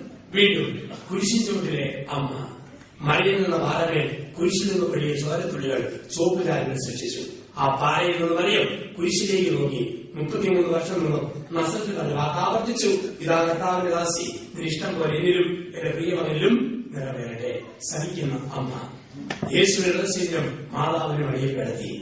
തിരുസഭയിലെ വലിയ വിശുദ്ധനായ മിസ്റ്റർ കോൺറാഡ് ഇപ്രകാരം പറഞ്ഞു: എനിക്കധികം പഠിത്തമില്ല, എനിക്ക് വായിക്കാൻ അറിയാവുന്നതും 6 അക്ഷരങ്ങളാണ്. 5 ചുവന്ന അക്ഷരങ്ങളും ഒരു വെളുത്ത അക്ഷരവും. 5 ചുവന്ന അക്ഷരങ്ങൾ എന്റെ ക്രിസ്തുവിന്റെ 5 മുറിവുകൾ. ഒരു വെളുത്ത അക്ഷരം അവനെ മടിയിൽ കിടത്തിയ വെണ്ടാമൽ പൂവായ അവന്റെ അമ്മ. ഇതെല്ലാം കഴിഞ്ഞും ആദിമസഭ പുത്തൻ കുർബാന അർപ്പിക്കുകയാണ്. പത്രോസും യാക്കോബും യോഹന്നാനും സിയോൻ മാളികയിലും മർക്കോസിന്റെ വീട്ടിലൊക്കെയായിട്ട് പുത്തൻ കുർബാന അർപ്പിച്ച ആദ്യ നാളുകൾ. അവിടെ സമൂഹത്തിന് മുമ്പിൽ നരബാധിച്ച മുടിയും വിതുകുന്ന ചുണ്ടും പിഴകിയ ഹൃദയവുമായി ഒരു സ്ത്രീ ആ കുർബാനയിൽ പങ്കെടുത്തു. ആരും അറ്റാക്കില്ല, യേശുവിന്റെ അമ്മയായ മറിയം. ഈ അമ്മ കുർബാനയിൽ പങ്കെടുത്തപ്പോൾ എന്തായിരുന്നു അമ്മയുടെ ഓർമ്മ? എന്റെ മടിയിൽ കിടന്ന ശരീരം പത്രോസിന്റെ കരങ്ങളിൽ, എന്റെ ഗർഭപാത്രത്തിൽ വളർന്ന ശരീരം യാക്കോബിന്റെ കരങ്ങളിൽ, എന്റെ മുലപ്പാൽ കുടിച്ചു വന്ന ശരീരം യാക്കോബിന്റെ കരങ്ങളിൽ. ഇതായിരുന്നു അമ്മയുടെ സഹനം ജീവിതത്തില്. അപ്പം ഈ അമ്മ സഹിച്ച അമ്മയാണ്. അമ്മ സഹിച്ചെങ്കിൽ പുത്രനും വലിയ സഹനം. ക്രിസ്തുവിന്റെ ജീവിതത്തിൽ എത്രയോ വലിയ സഹനമായിരുന്നു. കുരുവിക്ക് പോലും കൂടുള്ള ഭൂമിയിൽ പിറക്കാൻ ഇടപെട്ടാനിവൻ. ചൈത്രത്തിലെ ആദ്യത്തെ ക്രിസ്മസ് രാത്രി 3 കഥാപാത്രങ്ങൾ ബേത്ലഹേം നഗരത്തിന്റെ ഹൃദയഭാഗത്തിലൂടെ നടന്നു നീങ്ങും. 1 അരവേറുള്ള കഴുത, 2 നിറവേറുള്ള മറിയം, 3 മിസ്റ്റർ യോസേഫ്. എല്ലാ വീടിനെ ഭാഗത്ത് മുട്ടിപിടിച്ചു. ഇടമുണ്ടോ കൊച്ചിലുണ്ടാകാൻ ഇടമുണ്ടോ? എല്ലാവരിൽ നിന്നും മറുപടി ഇടവില്ല ഉണ്ടാകാൻ ഇടവില്ല. ആർക്കാ ഇടം കിട്ടാത്തത്? എല്ലാം ഏകഭാവിനാൽ ഉണ്ടാകട്ടെ എന്ന് പറഞ്ഞവന് ഉണ്ടാകാൻ ഇടം കിട്ടാൻ രാത്രി, ക്രിസ്മസ് രാത്രി ഒരു പശുക്കൂടിൽ മറിയം പുത്രനെ പ്രസവിക്കുന്നു. വീണ്ടും യേശു ആ ജനനത്തിൽ ആരംഭിച്ച സകലം ജീവിതത്തിലുടനീളം അവനെ ആരും മനസ്സിലാക്കിയില്ല. അല്പം വീഞ്ഞു കുടിച്ചപ്പോൾ പറഞ്ഞു ലഹരിപ്രിയൻ, ഭക്ഷണം കഴിച്ചപ്പോൾ പറഞ്ഞു തീറ്റപ്രിയൻ, വേശ്യയോട് വർത്താനം പറഞ്ഞു വേശ്യയുടെ കൂട്ടുകാരൻ. ആർക്കും അവനെ മനസ്സിലാക്കാൻ പറ്റിയില്ല. ആ യേശുവിന്റെ വലിയ നൊമ്പരം. അപ്പോൾ യേശു ഇടയ്ക്കിലേക്ക് ചോദിക്കും, ഞാൻ ആരാണെന്നാ നിങ്ങൾ പറയുന്നത്? എന്നെ പിടികിട്ടിയോ എന്നറിയാൻ വേണ്ടിയുള്ള ക്രിസ്തുവിന്റെ ചോദ്യമാണ്. ഞാൻ ആരാണെന്നാ നിങ്ങൾ പറയുന്നത്? ഏറ്റവും വലിയ നൊമ്പരം ആരും അവനെ മനസ്സിലാക്കിയില്ല. കുവൈറ്റിൽ ഇന്ന് ഇവിടെ ആയിരിക്കുന്ന നിങ്ങൾക്കും നമുക്കൊക്കെ അറിയാം, നമ്മുടെ ഏറ്റവും വലിയ നൊമ്പരം നമ്മളെ ആരും മനസ്സിലാക്കാത്തതാണ്. തെറ്റുപറ്റിയ ഭർത്താവ് ഭാര്യയോട് പറയാ, എടി ക്ഷമിക്കണം, മാപ്പാക്കണം. അവള് പറയാ, പോടോ കള്ളക്കണ്ണിയിൽ ഒലിപ്പിക്കാതെ. ഭാര്യ, ചേട്ടൻ പൊറുക്കണം, പോടി മുതലക്കണ്ണിയിൽ ഒഴിക്കാതെ. നമ്മളെ ആരും മനസ്സിലാക്കിയില്ലെങ്കിൽ അതെന്തൊരു നൊമ്പരമാണ്. ഏറ്റവും വലിയ നൊമ്പരം അതാണ്. എന്റെ വീട് ഇടുക്കി ജില്ലയിലെ കട്ടപ്പനയെടുത്ത് വലിയ പോവാള ഒരു കൊച്ചിന്റെ ആകും. അപ്പൊ ഞങ്ങളുടെ നാട്ടിൽ ഞാനൊക്കെ സ്കൂളിൽ പഠിക്കുമ്പോൾ കരന്നില്ല. ആപ്പിളോ ഓറഞ്ച് മുന്തിരി തുടങ്ങിയ ഐറ്റങ്ങളാണെങ്കിൽ അടുത്ത സിറ്റിയായ കട്ടപ്പനയിൽ പോകണം, അതിന് ഇടവകയിലെ വലിയ പെരുന്നാൾ വരണം. ഇന്നിപ്പം കരനൊക്കെയായി ഫ്രിഡ്ജും ഫ്രീസറും ആപ്പിളും മുന്തിരിയൊക്കെ ഇഷ്ടം പോലെ കാണാറുണ്ട്. ഞാൻ 1985 കുപ്പായം ധരിച്ച നോവിഷ്യേറ്റ് കാലഘട്ടം മാറ്റിവിടാം. അപ്പം അത് കഴിഞ്ഞ് ഞാൻ വീട്ടിൽ വന്നു. വികാരിച്ചും പറഞ്ഞു, 5ാം ക്ലാസ്സിൽ വേളപാട് പഠിക്കുന്ന കന്യാസ്ത്രീയമ്മ സ്വരോടൊപ്പം പനിയായി കിടക്കുക, വെറുതെ 5ലെ പിള്ളേരെ പഠിപ്പിക്കണം. 50 കുഞ്ഞുങ്ങളുടെ ക്ലാസ്സുകൾ ഞാൻ ആവേശത്തോടെ പഠിപ്പിച്ചു. ഇസ്രയേലിലെ മുട്ടാട്, പാലസ്തീനിലെ പോരാട്, മുന്തിരിത്തോട്ടം, സെക്കോർ മുന്തിരിപ്പഴം കുഞ്ഞുങ്ങൾ കേട്ടുകൊണ്ടിരുന്നു. അവസാനം എനിക്കൊരാഗ്രഹം, അധികം മുന്തിരിങ്ങ കണ്ടുപഠിച്ചില്ലാത്ത കുട്ടികളെ മുന്തിരിങ്ങാണ് ഒരു പടം വരയ്ക്കണം. നിങ്ങൾ വർത്താനം പറയണമെന്ന് കുട്ടികൾ വർത്താനം പറഞ്ഞിരുന്നു. ഞാൻ ഒരു ചോക്ക് എടുത്തിട്ട് ബോർഡിന്റെ അവിടെ ചെന്നു. എന്റെ സർവ്വ സർഗശക്തികളെയും സമ്മേളിച്ച് വളരെ അതിമനോഹരമായ മുന്തിരിങ്ങ 5 മിനിറ്റ് കൊണ്ട് വരച്ചു വെച്ചു. അല്പം ദൂരത്തേക്ക് മാറിയിട്ടുണ്ട്. സൃഷ്ടികർമ്മം കഴിഞ്ഞ് ദൈവം പറഞ്ഞതുപോലെ മുന്തിരിങ്ങായി നോക്കി ഞാനും പറഞ്ഞു, കൊള്ളാം, വളരെ നന്നായിരിക്കുന്നു. ഞാൻ 50 കുഞ്ഞുങ്ങളോട് ചോദിച്ചു, മക്കളെ, അച്ഛൻ ഈ ബോർഡിൽ വെച്ച് എന്താണെന്ന് നിങ്ങൾ ആർക്ക് പറയാം? 50 പേരും ഒട്ടും തെറ്റാൻ ഒരേ സ്ഥലത്തിൽ പറഞ്ഞു, ബലൂൺ അച്ഛൻ വരച്ചു വെച്ചത്. അന്ന് എന്നിലെ ചിത്രകാരൻ അന്ത്യശ്വാസം പിടിച്ചു. പിന്നെ കഴിവേലും ഇന്ന് തരം കേട്ടില്ല. ഒരു കാര്യം ചെയ്തിട്ട് അതുപോലെ പിടിയിട്ടില്ലെങ്കിൽ അതാണ് മനുഷ്യന്റെ ഏറ്റവും വലിയ സഹനം. ഞാൻ കഴിഞ്ഞ കൊല്ലം ഉഴവൂരിലായിരുന്നു. ഉഴവൂരിൽ ഒരു പുൽക്കൂടുണ്ടാക്കി. 20 യുവജനങ്ങൾ എന്നെ സഹായിക്കാൻ വന്നു. എന്റെ കൂട്ടുകാരന്റെ അച്ഛൻ ജർമ്മനിയിൽ നിന്നും കോമളാൻപോയി പോലുള്ള ഒരു ഉണ്ണീശ് എത്തിച്ചു. മുട്ടം മറിയം, മൂർത്തി എരിസവോ, ഒട്ടവ ആട, മൈല മൈന, ഇടയൻ ആരാധകന്മാർ, വിദ്വാന്മാര് എല്ലാവരും നിരന്നു. പക്ഷെ ഒരു കാര്യം ഒട്ടുന്നില്ല, ഉണ്ണീശോയെ ഒരു ഹൃദയത്തിൽ പറക്കണം. ഹൃദയം ഉണ്ടാക്കാൻ നോക്കിയിട്ട് എത്ര നോക്കിയിട്ടും ഒക്കുന്നില്ല. അവസാനം ഞാൻ 2012 ഇടുക്കി ജില്ലയിലെ മുരിക്കാശ്ശേരിയിൽ ഒരു ആശുപത്രിയുണ്ട്, അൽഫോൺസ ഹോസ്പിറ്റൽ. ഞാൻ അവിടെ സംസാരിക്കാൻ പോകുന്ന അച്ഛനാണ്. അപ്പം അന്ന് 2012 അവൾ ഉൾക്കൊണ്ടുണ്ടാക്കിയത് ഹൃദയത്തിലാണ് ഉണ്ണി വെറുതെ കിടന്നത്. ഞാൻ ഡോക്ടർ കന്യാസിനെ വിളിച്ചു, സിസ്റ്ററെ 2012 ഹൃദയം അവിടെ തന്നെ വന്നു. സിസ്റ്റർ വെച്ചാൽ കളഞ്ഞിട്ടില്ല, ഹൃദയം ഗോഡൌണിൽ കിടപ്പുണ്ട്, പോകണം. ഞാൻ കൂട്ടുകാരന്റെ കാറും കൊണ്ട് മുരിക്കാശ്ശേരി ചെന്നു. ഹൃദയം കാര്യം കയറ്റി ഒഴുകോരി കൊണ്ടുവന്നു. ഈ വളവും കുളവും കാരണം ഹൃദയം ഏകോളിച്ച് കിളിച്ചുതമ്മയുടെ അറ്റം ഓടിച്ചു. 24 രാവിലെ എല്ലാം പൂർത്തിയാക്കി. രാജാവ്, ഇടയന്മാര്, വിദ്വാന്മാര്, യോസേഫ്, മറിയം, കഴുത, കാള എല്ലാം തയ്യാറ്. പക്ഷെ ഹൃദയത്തിന് ഷേപ്പില്ലല്ലോ. കൂട്ടുകാരെ കൂടി ഹാർഡ്ബോർഡ് വെച്ച് തെർമോക്കോളും ചേർത്ത് സ്ക്വീസ് ചെയ്ത് ഒരുമാതിരി ഷേപ്പ് ആക്കി എടുത്തു. ചോരയൊക്കെ ചുവന്ന മീനും പൂശി ഒരൊത്ത ഹൃദയം. ആ നൂൽക്കമ്പിയെ തൂങ്ങിയെടുത്തു. മനുഷ്യന്റെ നടുക്ക് നൂൽക്കമ്പി ഹൃദയം തൂങ്ങിക്കിടക്കും. രാത്രി 12 പിറവി തുണിയെ വെച്ചാൽ മതിയല്ലോ. അത് കഴിഞ്ഞു ഞങ്ങൾ ഫ്രീ ആയി. 4 മണിക്ക് വികാരിച്ച് ആശ്രമത്തിലെ പുൽക്കൂട് വലുതാന്ന് കേട്ടോണ്ട് അത് കാണാൻ വേണ്ടി വന്നു. അച്ഛനിങ്ങനെ വന്നിട്ട് പുൽക്കൂടൊക്കെ കണ്ടു. ആശ്രമത്തിൽ വന്നിട്ട് ഞങ്ങള് ഒരുമിച്ച് ഓറഞ്ച് പൊളിച്ചു കൊടുത്തു, നനയാളെന്ന് വിളിച്ചു. അപ്പൊ ഹൃദയഭേദമായ ചോദ്യം അച്ഛനോട് ചോദിച്ചു. ഞാൻ ആകെപ്പാടെ പാപമായ ചോദ്യം. അച്ഛൻ ചോദിക്കുക, ജോസഫ് അച്ഛാ, ഈ വർഷം ഉണ്ണീശോ കശുമാങ്ങയുടെ അകത്താണ് എന്ത് കഷ്ടപ്പെട്ട ഹൃദയം ഉണ്ടാക്കിയിരുന്നു. ഏറ്റവും വലിയ നമ്പരം ഒരു കാര്യം ചെയ്തിട്ട് അതുപോലെ മനസ്സിലാക്കിയില്ലെങ്കിൽ അതാണ് ഏറ്റവും വലിയ നമ്പരം. ഇതിനായിരുന്നു ക്രിസ്തുവിന്റെ നമ്പരം. അവന്റെ ജീവിതത്തിന്റെ അവസാനം യേശു 3 മരണാനുഭവങ്ങളിലൂടെ കടന്നുപോയി. 1, ആത്മീയ മരണം. ദൈവം പോലും മറന്നു എന്ന് തോന്നിയ ആത്മീയ മരണം. 2, മാനസിക മരണം. അവൻ രക്തം തീർത്തു. 3, ശാരീരിക മരണം. അവൻ പ്രാണനെ വെടിഞ്ഞു. യേശുവിന്റെ ജീവിതത്തിൽ സഹനം, മാതാവിന്റെ സഹനമുണ്ട്, യേശുവിന്റെ സഹനമുണ്ട്. എങ്കിൽ വീണ്ടും നമ്മൾ കാണുന്നു ഈ ഒരു വലിയ സഹനം നമ്മൾ കണ്ടെത്തുന്നു. അപ്പസ്തലന്മാര് രക്തസാക്ഷികളായി മരിച്ചവർ. യേശുവിന്റെയും മാതാവിന്റെയൊക്കെ സഹനം കഴിഞ്ഞാൽ ഏറ്റവും വലിയ സഹനം ഞാൻ കണ്ടിട്ടുള്ളത് എന്റെ അപ്പന്റെയും അമ്മയുടെയും ജീവിതത്തിലാണ്. വർഷങ്ങൾക്ക് മുമ്പ് കോട്ടയം ജില്ലയിലെ കാഞ്ഞിരപ്പള്ളിയിൽ നിന്നും അപ്പനും അമ്മയും 16 വയസ്സുള്ള മൂത്ത മകനും 11 വയസ്സുള്ള രണ്ടാമത്തെ മകനും 9 വയസ്സുള്ള മൂന്നാമത്തെ മകനും 5 വയസ്സുള്ള 4ാമത്തെ മകനും ഒരുമിച്ച് യാത്രയായി ഹൈറേഞ്ചിലെ കട്ടപ്പനയെടുത്ത് വലിയ റോവാള ഒരു കുടിയേറ്റ പ്രദേശം. കൃഷികൾ പച്ചപിടിച്ച് സ്വപ്നങ്ങൾ മുട്ടിട്ടു. 2 വർഷം കഴിഞ്ഞപ്പോൾ ചെറുപ്പക്കാർക്ക് ഒരു രോഗം, ശ്വാസകോശത്തിൽ വെള്ളം കെട്ടുക, കരട് ദ്രവിക്കുക. ആദ്യം 16 വയസ്സുള്ള മോൾക്ക് മാരകമായ രോഗം ഒരു ജനുവരി. 2 മാസം കഴിഞ്ഞ് 11 വയസ്സുള്ള ആൾക്ക്, ഒട്ടും താമസിയാതെ 9 വയസ്സുള്ള ആൾക്ക്. 10 മാസങ്ങൾക്കിടയിൽ ഒരു ജനുവരിക്കും ഒക്ടോബറിനും ഇടയിൽ 16, 11, 9 വയസ്സുള്ള 3 മക്കളും മരിച്ചുപോയി. അമ്മ അതോടെ രോഗിയായി, അപ്പനും ക്ഷീണമായി. എന്നെ 5 വയസ്സിന് മാത്രം മൂത്ത എന്റെ ജ്യേഷ്ഠൻ മാത്രം അവശേഷിച്ചു. അമ്മയുടെ 40 വയസ്സാകുമ്പോഴായിരുന്നു എന്റെയൊക്കെ ജന്മം. അപ്പം ഞാൻ സെമിനാരിൽ പഠിക്കുന്ന സമയത്ത് തന്നെ പ്രസംഗങ്ങൾക്ക് പോകുമായിരുന്നു. ജ്യേഷ്ഠൻ അമ്മയും അപ്പനെയും കൂടിയോട് പ്രസംഗം കേൾപ്പിക്കാൻ കൊണ്ടുവരും. ആൾക്കാർ കയ്യിൽ പിടിച്ച് എന്തെങ്കിലും നല്ലത് പറയുമ്പോൾ അമ്മ പറയും, മോനെ അധികം എഴുന്നേൽക്കരുത്. 3 മാലാഖ പിള്ളേരെ മുമ്പേ പറഞ്ഞു പോയതുകൊണ്ട് മോൻ ഇങ്ങനെയൊക്കെ പ്രസംഗിക്കാൻ പറ്റില്ല. മോൻ അച്ഛനായി കാണാൻ വേണ്ടി മാത്രം ഞാൻ ജീവിക്കുക. മോൻ അച്ഛനായി അധികം പേരുദോഷം കേൾപ്പിക്കുന്നതിന് മുമ്പ് ഞാൻ മരിച്ചാൽ മതിയായിരുന്നു. അമ്മ പറയുമായിരുന്നു വാക്ക്. എന്റെ പൗരോഹിത്യ സ്വീകരണം കഴിഞ്ഞാൽ 2 വർഷം കഴിഞ്ഞായിരുന്നു അമ്മയുടെ മരണം. അപ്പം മരിച്ചിട്ടിപ്പോ 3 വർഷമാകുന്നു. അപ്പൊ അപ്പന്റെ അമ്മയുടെ ജീവിതം തിരിഞ്ഞു നോക്കുമ്പോൾ എനിക്ക് വലിയ ഉറപ്പുണ്ട്. രാത്രി എത്ര നീണ്ടതാണെങ്കിലും അവസാനം ഒരു പ്രഭാതമുണ്ട്. യാത്ര എത്ര നീണ്ടതാണെങ്കിലും അവസാനം ഒരു ലക്ഷ്യമുണ്ട്. സഹനം എത്ര വലുതാണെങ്കിലും സഹനത്തിന് ദൈവം ഒരുക്കിയ ഒരു സമ്മാനമുണ്ട്. തമ്പുരാൻ ഒരു സ്വഭാവമുണ്ട്. ഒന്നിൽ മറുവശം ഒളിച്ചു വെക്കുന്നവനാണ് ദൈവം. ഒന്നിൽ മറുവശം ഒളിച്ചു വെക്കും. ഉദാഹരണം, അനങ്ങാത്ത ഒരു മുട്ടയ്ക്കകത്ത് ആടുന്ന ഒരു മയിലിനെ ദൈവം ഒളിപ്പിച്ചിട്ടുണ്ട്. ഉണക്ക വിത്തിൽ ഒരു പച്ച മരത്തെ ഒളിപ്പിച്ചിട്ടുണ്ട്. കളിമണ്ണിൽ ഒരു മൺകലത്തെ ഒളിപ്പിച്ചിട്ടുണ്ട്. സഹനത്തിൽ ഒരു കിരീടം ദൈവം ഒളിപ്പിച്ചിട്ടുണ്ട്.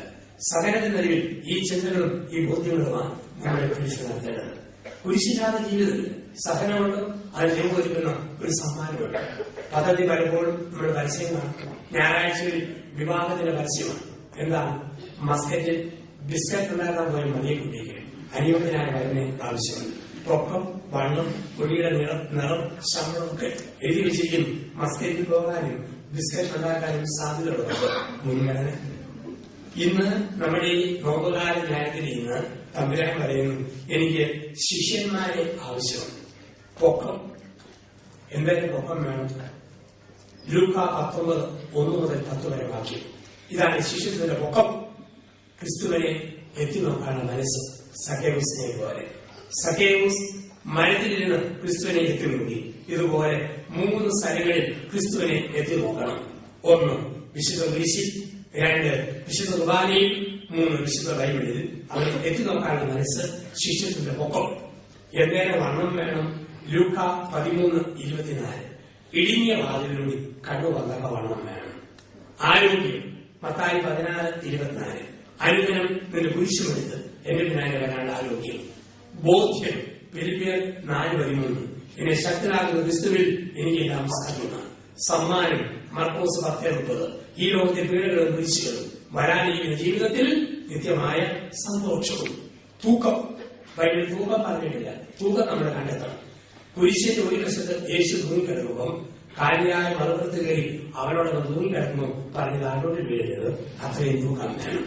ഇതാണ് ക്രിസ്തു ശിഷ്യത്വം. അംബാനിയുടെ വീട്ടിൽ ഒരു പെണ്ണിനെ കെട്ടിച്ചു വിട്ടാൽ അവളുടെ ഷെയർ അംബാനിയുടെ കോടികളിൽ ഓരോഹരിയാണ്. ക്രിസ്തുവിന് വേണ്ടി ജീവിതം കൊടുത്തവന്റെ ഷെയർ അവരുടെ കുരിശിന്റെ ഓരോഹരിയാണ്. നമ്മൾ ഇന്നും ഓർക്കുക, ഗുരുവിനേക്കാൾ വലിയ ശിഷ്യനില്ല, യജമാനേക്കാൾ വലിയ പൃഥ്വിനില്ല. ഇന്ന് ലോകം പഠിപ്പിക്കുന്ന പാഠം എവിടെ വന്നാലും നേട്ടമാണ്. എറണാകുളം ടൗണിൽ ബ്രോഡ്വേയിൽ 2 വശത്ത് ഓരോ ഹോട്ടൽ. ഒരു വശത്ത് ശാരദാ ഹോട്ടൽ, മറുവശത്ത് ബ്രീസ് ഹോട്ടൽ. ശാരദാ ഹോട്ടലിൽ കയറി ഭക്ഷണം കഴിച്ചിട്ട് കാശില്ലെങ്കിൽ CITയുടെ മാർക്സിസ്റ്റ് പാർട്ടിയുടെ ചുമന്ന കാർഡ് കൊടുത്താൽ ഭക്ഷണം ഫ്രീ, പാർട്ടി പണം അടയ്ക്കും. ഇപ്പോഴത്തെ ബ്രീസ് ഹോട്ടലിൽ കയറി ഭക്ഷണം കഴിച്ചിട്ട് പണമില്ലേ, INTSയുടെ കോൺഗ്രസിന്റെ കാർഡ് കൊടുത്താൽ ഭക്ഷണം ഫ്രീ. അരി തരാം, തുണി തരാം, പണി തരാം. രാഷ്ട്രീയക്കാർ വാഗ്ദാനം ചെയ്യും. ഭരണകക്ഷിയിൽ നിന്നും ആരെങ്കിലും അടന്നുപോയാൽ പറയുന്ന വാക്കെന്താ? പോലീസ് ചെയ്താ പോകല്, കൂടെ നിൽക്കാമെങ്കിൽ കൂട്ടം ചെയ്യാതിരിക്കാമെങ്കിൽ തേങ്ങാക്കൊലയുടെ ഓപ്പറേഷനെ നിർമ്മാനാക്കാം എന്ന് വാഗ്ദാനം കൊടുക്കുമ്പോൾ ഒരൊറ്റപ്പെട്ട വാക്ക് കേസരിയാതിരിക്കുകയും അവനും പോയി പത്രോസ് ചോദിച്ചു, എല്ലാം ഉപേക്ഷിച്ച് നിന്റെ പിന്നാലെ വന്നു, നീ എനിക്ക് എന്ത് തരും? ക്രിസ്തു പറഞ്ഞു, എന്റെ പിന്നാലെ വന്നാൽ നിനക്ക് ഞാൻ കുരിശ് തരാം. എന്റെ പിന്നാലെ വന്നാൽ നിനക്ക് ഞാൻ കുരിശ് തരാം. അതുകൊണ്ടാണ് അമ്മ തെസ്സിയ വിശുദ്ധ കുർബാനയ്ക്ക് ഒരുക്കുമ്പോൾ യേശുവിന്റെ കുരിശിനെ നോക്കി പറഞ്ഞു, വെറുതെയല്ല അധികം പേരൊന്നും നിന്റെ കൂടെ വരാത്തത്. ആരെല്ലാം നിന്റെ കൂടെ വരുമ്പോൾ വരുന്നവർക്കെല്ലാം നീ കുരിശ് കൊടുക്കും. കുരിശ് ക്രൈസ്തവന്റെ അവകാശമാണ്, നമ്മുടെ അഭിമാനം, ജീവിതത്തിന്റെ ഭാഗമാണ്. അവിടെയാണ് പറയുക, കുരിശാണ് രക്ഷ, കുരിശിനാണ് രക്ഷ, കുരിശേ നമിച്ചിരുന്നു. അപ്പൊ ഈ കുരിശിന്റെ ചിന്തകളാണ് നോമ്പുകാലത്ത് നമ്മുടെ മനസ്സുകളിൽ നമ്മൾ നിറയ്ക്കുക. നമ്മുടെയൊക്കെ ജീവിതത്തിൽ ചെറുതും വലുതുമായ കുരിശ് വരുമ്പോൾ ഓർക്കുക, ബുദ്ധി കൊണ്ടും നമുക്ക് ഉത്തരവില്ലല്ലോ. അതിന്റെ വലിയ പുസ്തകമാണ് ജോബ്. പഴയ നിയമത്തിൽ പൗരസ്ത്യ ദേശത്തെ സമ്പന്നനായിരുന്നു ജോബ്. പക്ഷേ ആടുമാടുകൾ ചത്തൊടുങ്ങി, കൃഷി നശിച്ചു, മക്കളും മരിച്ചു, സ്വന്തം നിലത്ത് വ്രണമായി. കല്ലുകൊണ്ടും കരികൊണ്ടും വ്രണങ്ങൾ ചൊറിയുന്ന ജോബിനോട് ഭാര്യയും സ്നേഹിതരും പറഞ്ഞു, എന്തോ തെറ്റ് ചെയ്തു, ദൈവത്തെ ശപിച്ചിട്ട് മരിക്കുക. അപ്പോൾ ജോബ് പറയുന്നുണ്ട്, മനഃപൂർവ്വം ഞാൻ തെറ്റും ചെയ്തില്ല. ജോബ് തിരിഞ്ഞും മറിഞ്ഞും ചെയ്തു, ദൈവമേ, ഒരു തെറ്റും ചെയ്യാത്ത നിരപരാധിയായി എനിക്ക് എന്തിനാ ഈ സഹനം നീ തന്നത്? ദൈവം മറുപടി പറഞ്ഞില്ല. എന്തിനാ സഹനമെന്ന് ജോബ് ചോദിച്ചപ്പോൾ ദൈവം ജോബിനോട് 3 ചോദ്യങ്ങൾ തിരിച്ചു ചോദിച്ചു. ജോബെ, കാട്ടിലെ ആട് പ്രസവിക്കുന്ന എങ്ങനെയാന്ന് നിനക്കറിയാവോ? കഴുകൻ പറയുന്ന ആകാശപാപം നിനക്കറിയാവോ? മഞ്ഞുരുന്ന പൊരുൾ നിനക്കറിയാവോ? അരി എത്രാന്ന് ചോദിച്ചപ്പോൾ പലരും 3 മറുപടി പറയുന്നത് പോലെ തിരിച്ചു ചോദ്യങ്ങളാ. അവസാനം ജോബിന് വേണ്ടി മനുഷ്യ ഉത്തരങ്ങളെക്കാൾ ഭേദം ദൈവത്തിന്റെ ചോദ്യങ്ങളാ. ആ ബോധ്യത്തിൽ ജോബ് പറഞ്ഞു, എന്തിനു വേണ്ടി നിരപരാധിയായി എനിക്ക് ഈ സഹനം ദൈവം അനുവദിച്ചു അറിഞ്ഞുകൂടാ. സ്വന്തം എനിക്കറിയാം, ഒരു കാര്യം എനിക്ക് ഉറപ്പായിട്ട് അറിയാം, എന്റെ സമ്പത്തിൽ സന്നിഹിതനായ ദൈവം എന്റെ സഹനത്തിനും സന്നിഹിതനാണ്. എന്റെ സമ്പത്തിൽ സന്നിഹിതനായ ദൈവം എന്റെ സഹനത്തിനും സന്നിഹിതനാണ്. എന്നിട്ട് പറഞ്ഞു, ദൈവം തന്നു, ദൈവം എടുത്തു, ദൈവത്തിന്റെ തിരുനാമത്തിന് സ്തുതി. സഹനങ്ങളെ കണ്ടിൽ നിന്ന് രക്ഷാകരമാക്കി മാറ്റുന്ന കാഴ്ചപ്പാടുകൾ. ബുദ്ധി കൊണ്ട് യുക്തിയോട് ചിന്തിച്ചാൽ നമുക്ക് ചില കാര്യങ്ങൾക്ക് വലിയ ഉത്തരവുണ്ട്. നമ്മുടെ ഏറ്റവും വലിയ സ്വകാര്യ സ്വത്ത് നമ്മുടെ സ്വന്തം ശരീരമാണ്. ഇത്രയും അധികാരമുള്ള മറ്റെന്തെങ്കിലുമുള്ളൂ? മുടി ഇഷ്ടമുള്ള എഴുതി വെക്കാം, മരിച്ചു വെക്കാം, ഞാത്തിയിടാം, കൂൺപോലെ കുക്കി വെക്കാം, എന്ത് കോമാളിത്തരം വേണേലും സ്വന്തം നേരത്തെ കാണിക്കാം. പച്ച കുത്താം, പാമ്പിനെ കുത്താം, തേളിനെ കുത്താം, കുത്തിക്കൊണ്ട് നടക്കാം. യൂറോപ്പിലുണ്ടെങ്കിൽ ഞങ്ങൾ കാണും ചെറുപ്പക്കാരി പെണ്ണുങ്ങൾ ബ്ലൗസ് ഇട്ടിട്ട് കൈ ഇറങ്ങി കക്ഷവും കഴിച്ചു നടക്കുന്നതാണ്. കാരണം എന്ത് കോമാളിത്തരം വേണമെങ്കിലും ദേഹത്തെ മനുഷ്യനെ കാണിക്കുക. സംസ്ഥാനമില്ലാത്ത മനുഷ്യൻ ദേഹത്ത് വേദനകൾ കാണിച്ചു കൊടുക്കും. അറിവും പഠിത്തമുള്ള മനുഷ്യൻ വേദനകൾ കാണിക്കുകയല്ല. മഹാത്മാഗാന്ധിക്കുണ്ട് ഭാഷ പരേഡ്, മദർ തെരേസയ്ക്കുണ്ട് ഓമാൻ വേഷം. സ്റ്റാൻഡേർഡ് ഉള്ളവരെ അന്തസ്സോടെ നടക്കുമ്പോൾ ഈ സ്റ്റാൻഡേർഡ് ഇല്ലാത്തവർക്കും പലതും മാനസികത നടക്കും. അത് ലോകത്തിന്റെ കൾച്ചറിലായ്മയുടെ ഒരു വലിയ വിജയമാണ്. ഇങ്ങനെ നടക്കുമ്പോഴും ഈ സ്വന്തം ദേഹത്തെ കുറിച്ച് പോലും നമുക്ക് എന്തെങ്കിലും ഉത്തരവുണ്ടോ?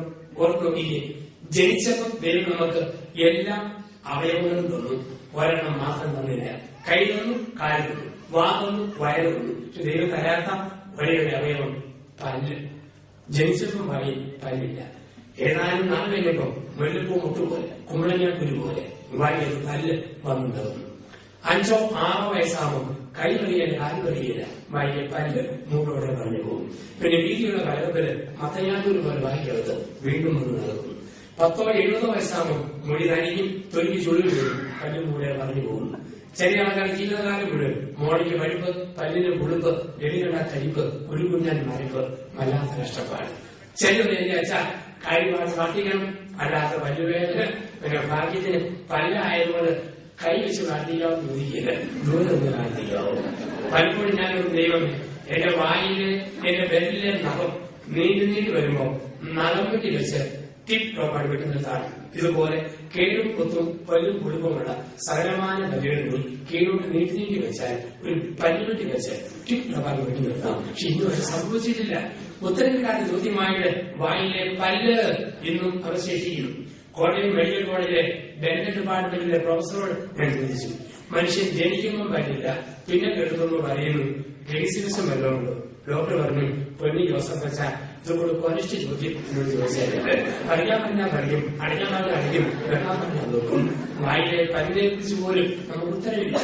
മനുഷ്യന്റെ സഹനങ്ങൾക്ക് ഭൗതിക തലത്തിൽ നമുക്ക് ഉത്തരങ്ങൾ കണ്ടുപിടിക്കാൻ പറ്റിയല്ല. പക്ഷെ ഒരു കാര്യം ഓർക്കണം, ഒരു പരിധിക്കപ്പുറം ദൈവം നമുക്ക് സഹനം തരികയില്ല. ക്രിസ്തുവിന് രക്തം തീർക്കാൻ തക്ക വിൽപ്പവർ ഉള്ളതുകൊണ്ട് അത്രയും കൊള്ളു. നമുക്ക് 2 ശ്വാസം വിടാനുള്ള പവറുള്ളൂ, അത്രയും സഹനമേ ദൈവം നമുക്ക് തരുള്ളൂ. ഒരു പരിധി പിന്നെ തീർത്തും പറ്റിയെന്നറിയാം. സഹിക്കാൻ കഴിവുള്ളവർക്ക് പിന്നെയും സഹനം കൊടുക്കും.